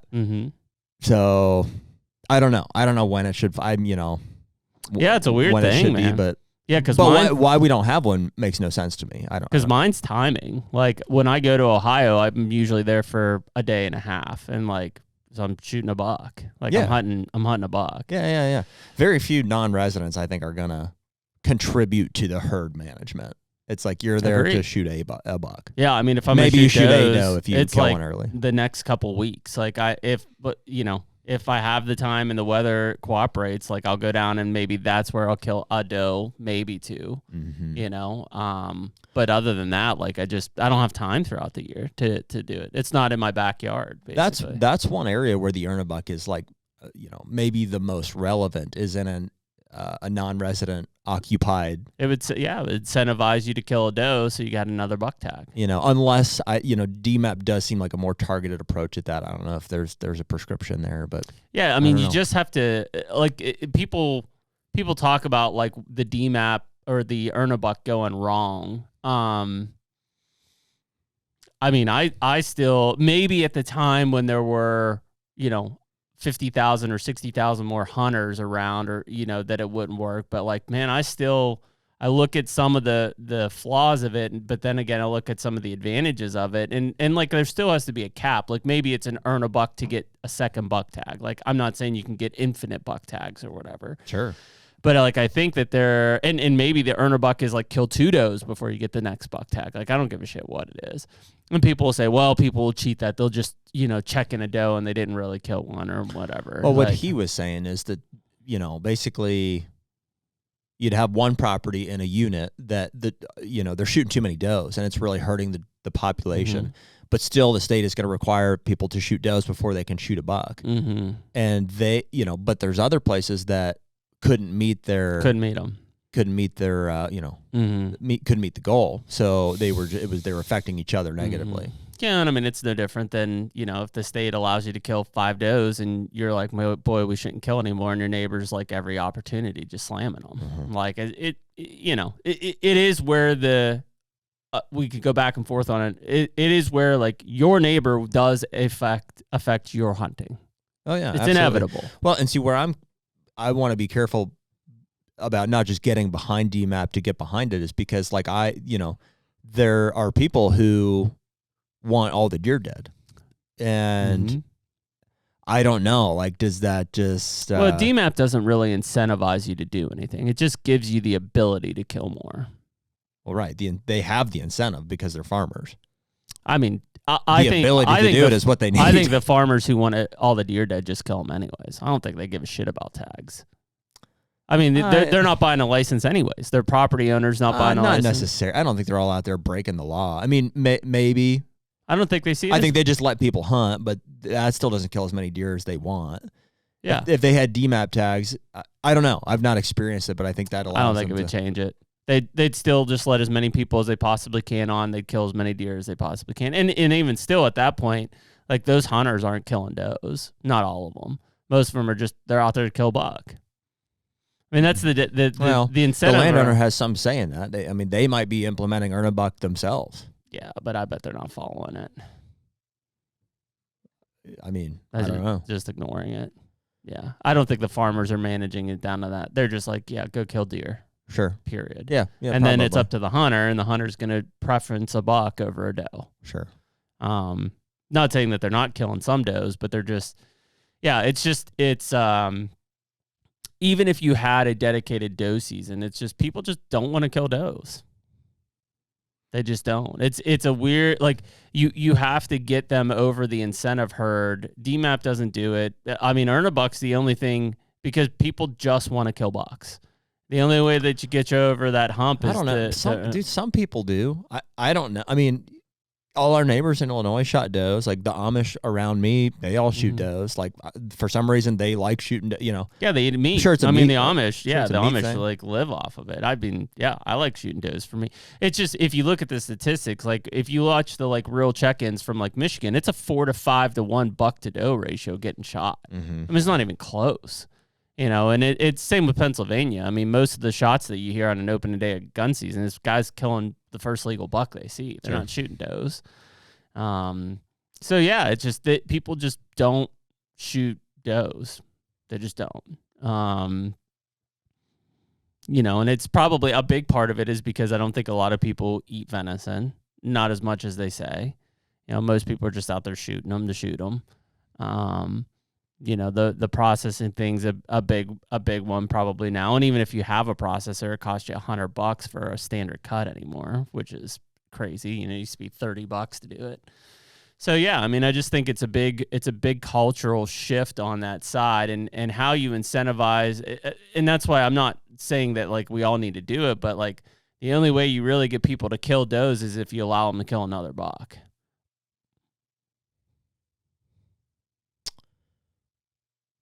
I mean, I don't know. Everybody's situation is different. That's the best way to incentivize them. What do they want? They want to kill a buck. Yeah, So, yeah. I don't disagree. So I mean, maybe we're not at a level of earn a buck being able to be instituted across a lot of these places because of number of hunters or something. But if we keep leaking out hunters, the only way to keep harvest numbers up is to incentivize them with something like an earn a buck. Which is where like I think states that Wisconsin, Michigan, Illinois, like I'm not saying all these states have to kill a pile of does, but hypothetically, let's say they do. Missouri, the places that already let you kill 2 bucks, stage up perfectly for an earn a buck. Just make it a 1 buck state unless you kill 2 does, and then you can get a second tag. It's easy. You're already letting them kill 2 bucks right now. So what's the difference? I think that's what some of them did or tried. But a state like Ohio or Pennsylvania or Kentucky, where it's a 1 buck state, it's like that's playing with fire, because now all of a sudden you're potentially letting people kill 2 bucks, and that's not been common in there. I think whether the hunter numbers have to fall off, something has to change dramatically before you pull that trigger. But the states that already are allowing you kill 2 bucks, like it's not really a fundamental change. Yeah. Unless it's like Wisconsin definitely is managing for density of deer. Number one. So that would be a factor in that, like, you want those guys in the woods thinking they're going to kill a second buck if they do, or if they shoot a doe, regardless. Like, you want them in the woods. You don't want them thinking, man, I got to kill 2 does before I can kill. They may just not go in the woods, and your overall harvest might fall, and that's a bad spot to be in. I don't know. Yeah, I don't have enough information on like what incentivizes guys to shoot does, I guess. I mean, I'm sure the easy ones would be meat. It's like if you have the wherewithal to be like, there's more does, there's more of them, they're easier to kill, generally speaking. So I mean, that's your best chance of putting meat in the freezer. I think my argument. It's also a property management stamp. I mean, that's my reason. It's like, we eat venison, but that's not why I shoot them. I just don't think that's a strong. I mean, I think it comes back to like it's again going to the opportunity isn't always opportunity. Like when we had the 3-day doe season in Pennsylvania, like you hunted bucks for 2 weeks, and then it went out, and then there was a 3-day doe season barrage, and I mean, people killed the shit out of them. But it was. Why do you think that was? I think it was just because you hunted for 2 weeks for a buck. You had a chance to kill a buck. You couldn't kill a doe during those time frames, so it was like an anticipation of like, I want to shoot a deer, but like I can't shoot these deer. I can only shoot this. And then at the same time, like most people were done hunting after that. But still, most people are. Like when the buck season ends, the gun season ends in Pennsylvania, there aren't hardly anybody going after Christmas for shit. So like it was the end of the season. It was like, if you're going to put something in your freezer, it's these 3 days of doe season. Now I think you give them the full 2 weeks of they can shoot either, and they just pass does waiting for a buck. Then you get to the last day of the season, and they're like, maybe they don't have an opportunity, weather shit. There is no extra days. That's it. It's done. So, because they have the ability to kill does during the normal gun season, I think it puts them at ease. There is no pressure to kill a doe, and then eventually time runs out, and it's like, well, I didn't kill one. Whereas when you put those 3 days of doe season at the end, it's like, that's, Yeah. the only reason you're in the woods is to go kill a doe. Yep, I agree. There needs to be some sense of urgency to get it done, but also remove the consequence of pushing bucks off your property. Yeah, which is why I think the buck only season followed by doe season for gun was way better. And listen, I mean, we've seen the migration of gun hunters into archery with crossbows. You can kill a doe during crossbow season. So if you're like, well, that's not enough time, or I can't get out this, you've got all of crossbow season to kill a doe as well. So I mean, I don't think that the concurrent buck doe seasons are necessary in most states anymore. I don't think that they are. I think that you would benefit by having a buck only season followed by a limited, 2 to 5 day doe season. I think you would kill more does during that season. Because people aren't thinking about, oh, there's a buck over the hill and I'm going to miss my opportunity. And most of them are going to happen at the end of the season. Yeah. Like there's not much left to go. I don't think I would take the full step right away. My fear being that like you're going to limit people's opportunity to shoot does. I see what you're saying, but like I would probably start with removing a week of buck season and replacing it with an exclusive doe season. And if we still can't achieve it, and obviously there's other things to try too, then yeah, maybe you give some exclusivity to the buck season too. I don't know. Yeah, I mean, it seems like most people would rather kill a buck during the gun season anyway. So why not leave that and then just tack on that at the end of the year? And that's how most people are going to wrap their hunting season for the year. So I don't know. We don't have it figured out. Like we shoot them on that late muzzleloader season, and I have to like look the other way because I'm just worried about pushing because other guys are out there with guns hunting bucks. Yeah. And I don't love that. Yeah. But there's no break in Ohio. Like the archer season runs the whole way through. It never stops. And the gun seasons are always concurrent buck doe. Yeah, I would move that gun season, that second gun season that happens 2 weeks after the first gun season ends, and I'd make that the doe season on it. Fine. Yep. And then, you've got muzzleloader if you want to wait. I just think it would be fun. It would be just more of an event. Like if you give somebody like an isolate, like create some urgency, create some some demand. You know what I mean? I could get excited about a dose. Like that's when we do it. Like, hey, everybody should take a break here. It was a blast. We've had our chance. We've had it for years. We've had the whole rut here to hunt our bucks here and stuff, and early season. Let's take a break. And a gun season. And a gun season. Let's take a break and whack some does. Yeah. I think it would be. I mean, you got to figure out something that's going to get people motivated to go out there and do. Because I'd personally rather see that before DMAP. Yeah, I don't think DMAP's going to do anything. It may incentivize the top level properties to be able to kill more does, but for the general public, I ain't going to do shit. DMAP does nothing for them. Right. It still doesn't get them out to kill does.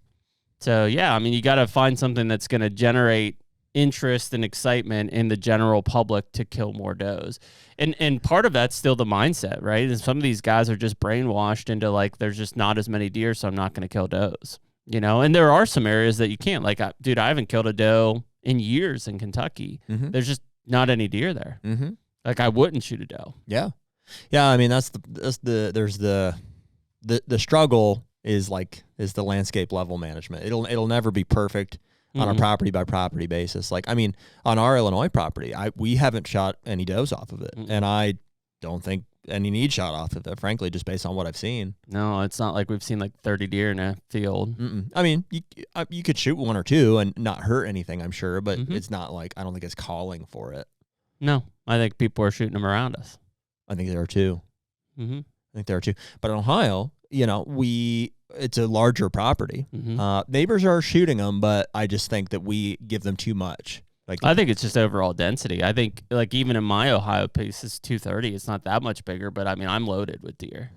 I think it's just the state. There's a lot more of them, yeah. Yeah, it's just the state. I mean, I could shoot 3 deer behind my place in Pennsylvania every year on 28 acres and not affect anything. I shot those same 3 deer on my Kentucky farm, and I'd have no fawns the next year. Yeah, man. Well, and the conditions change and stuff too. I mean, I may have mentioned earlier, but we shot 15 does last year, and that was like towards the tail end of like the that winter food source is what I'm like. That's what I'm looking at as the lowest thing that I need to maintain. So, shot 15 does. I'm like, well, that's a lot. It's more than we've ever shot. Like, interested to see how that would come into this past season here. And despite that, all of those beans were eaten, by the end of December, which is a problem. I'm like, boy, either, you shoot more. And we shot 9 more this year, 9 or 10. And I'm like, I don't know if we're just behind it or if the conditions were that severe. Obviously, what I had there didn't sustain the number of deer that are there. So I guess, like I said, we shot the 9 or whatever. But that's, I thought that was interesting with Jeff in terms of their management strategy. And it's right, which is manage it for a number going into winter. Like, it's like that is the lowest point of resources for our deer. We need to manage for X deer going into winter, period. Sure. And that's the mindset that has to be, to your point, like if you manage it for the right number, like there will be beans there till March and green up. Cool. Yeah, I thought, enjoyed that conversation with Jeff. Thought he's got a good head on his shoulders. And obviously not everybody is going to be happy in every state, there's a good baseline discussion. I mean, there's plenty of stuff we can dig into the fine tooth of what Wisconsin's doing right, wrong, things that are issues, whatever. But like this is much like most of our discussions with state agencies out of the gate. It's like, let's get a baseline for everybody. Let's get a baseline. Yeah. So and then now we can hear from you Wisconsinites on what we missed and what went over our heads more than likely. So. Yeah. So anyways, we appreciate everyone listening. Episode 234 with Jeff Pritzl for Wisconsin DNR, and we'll catch y'all next week. Later. Take me on down the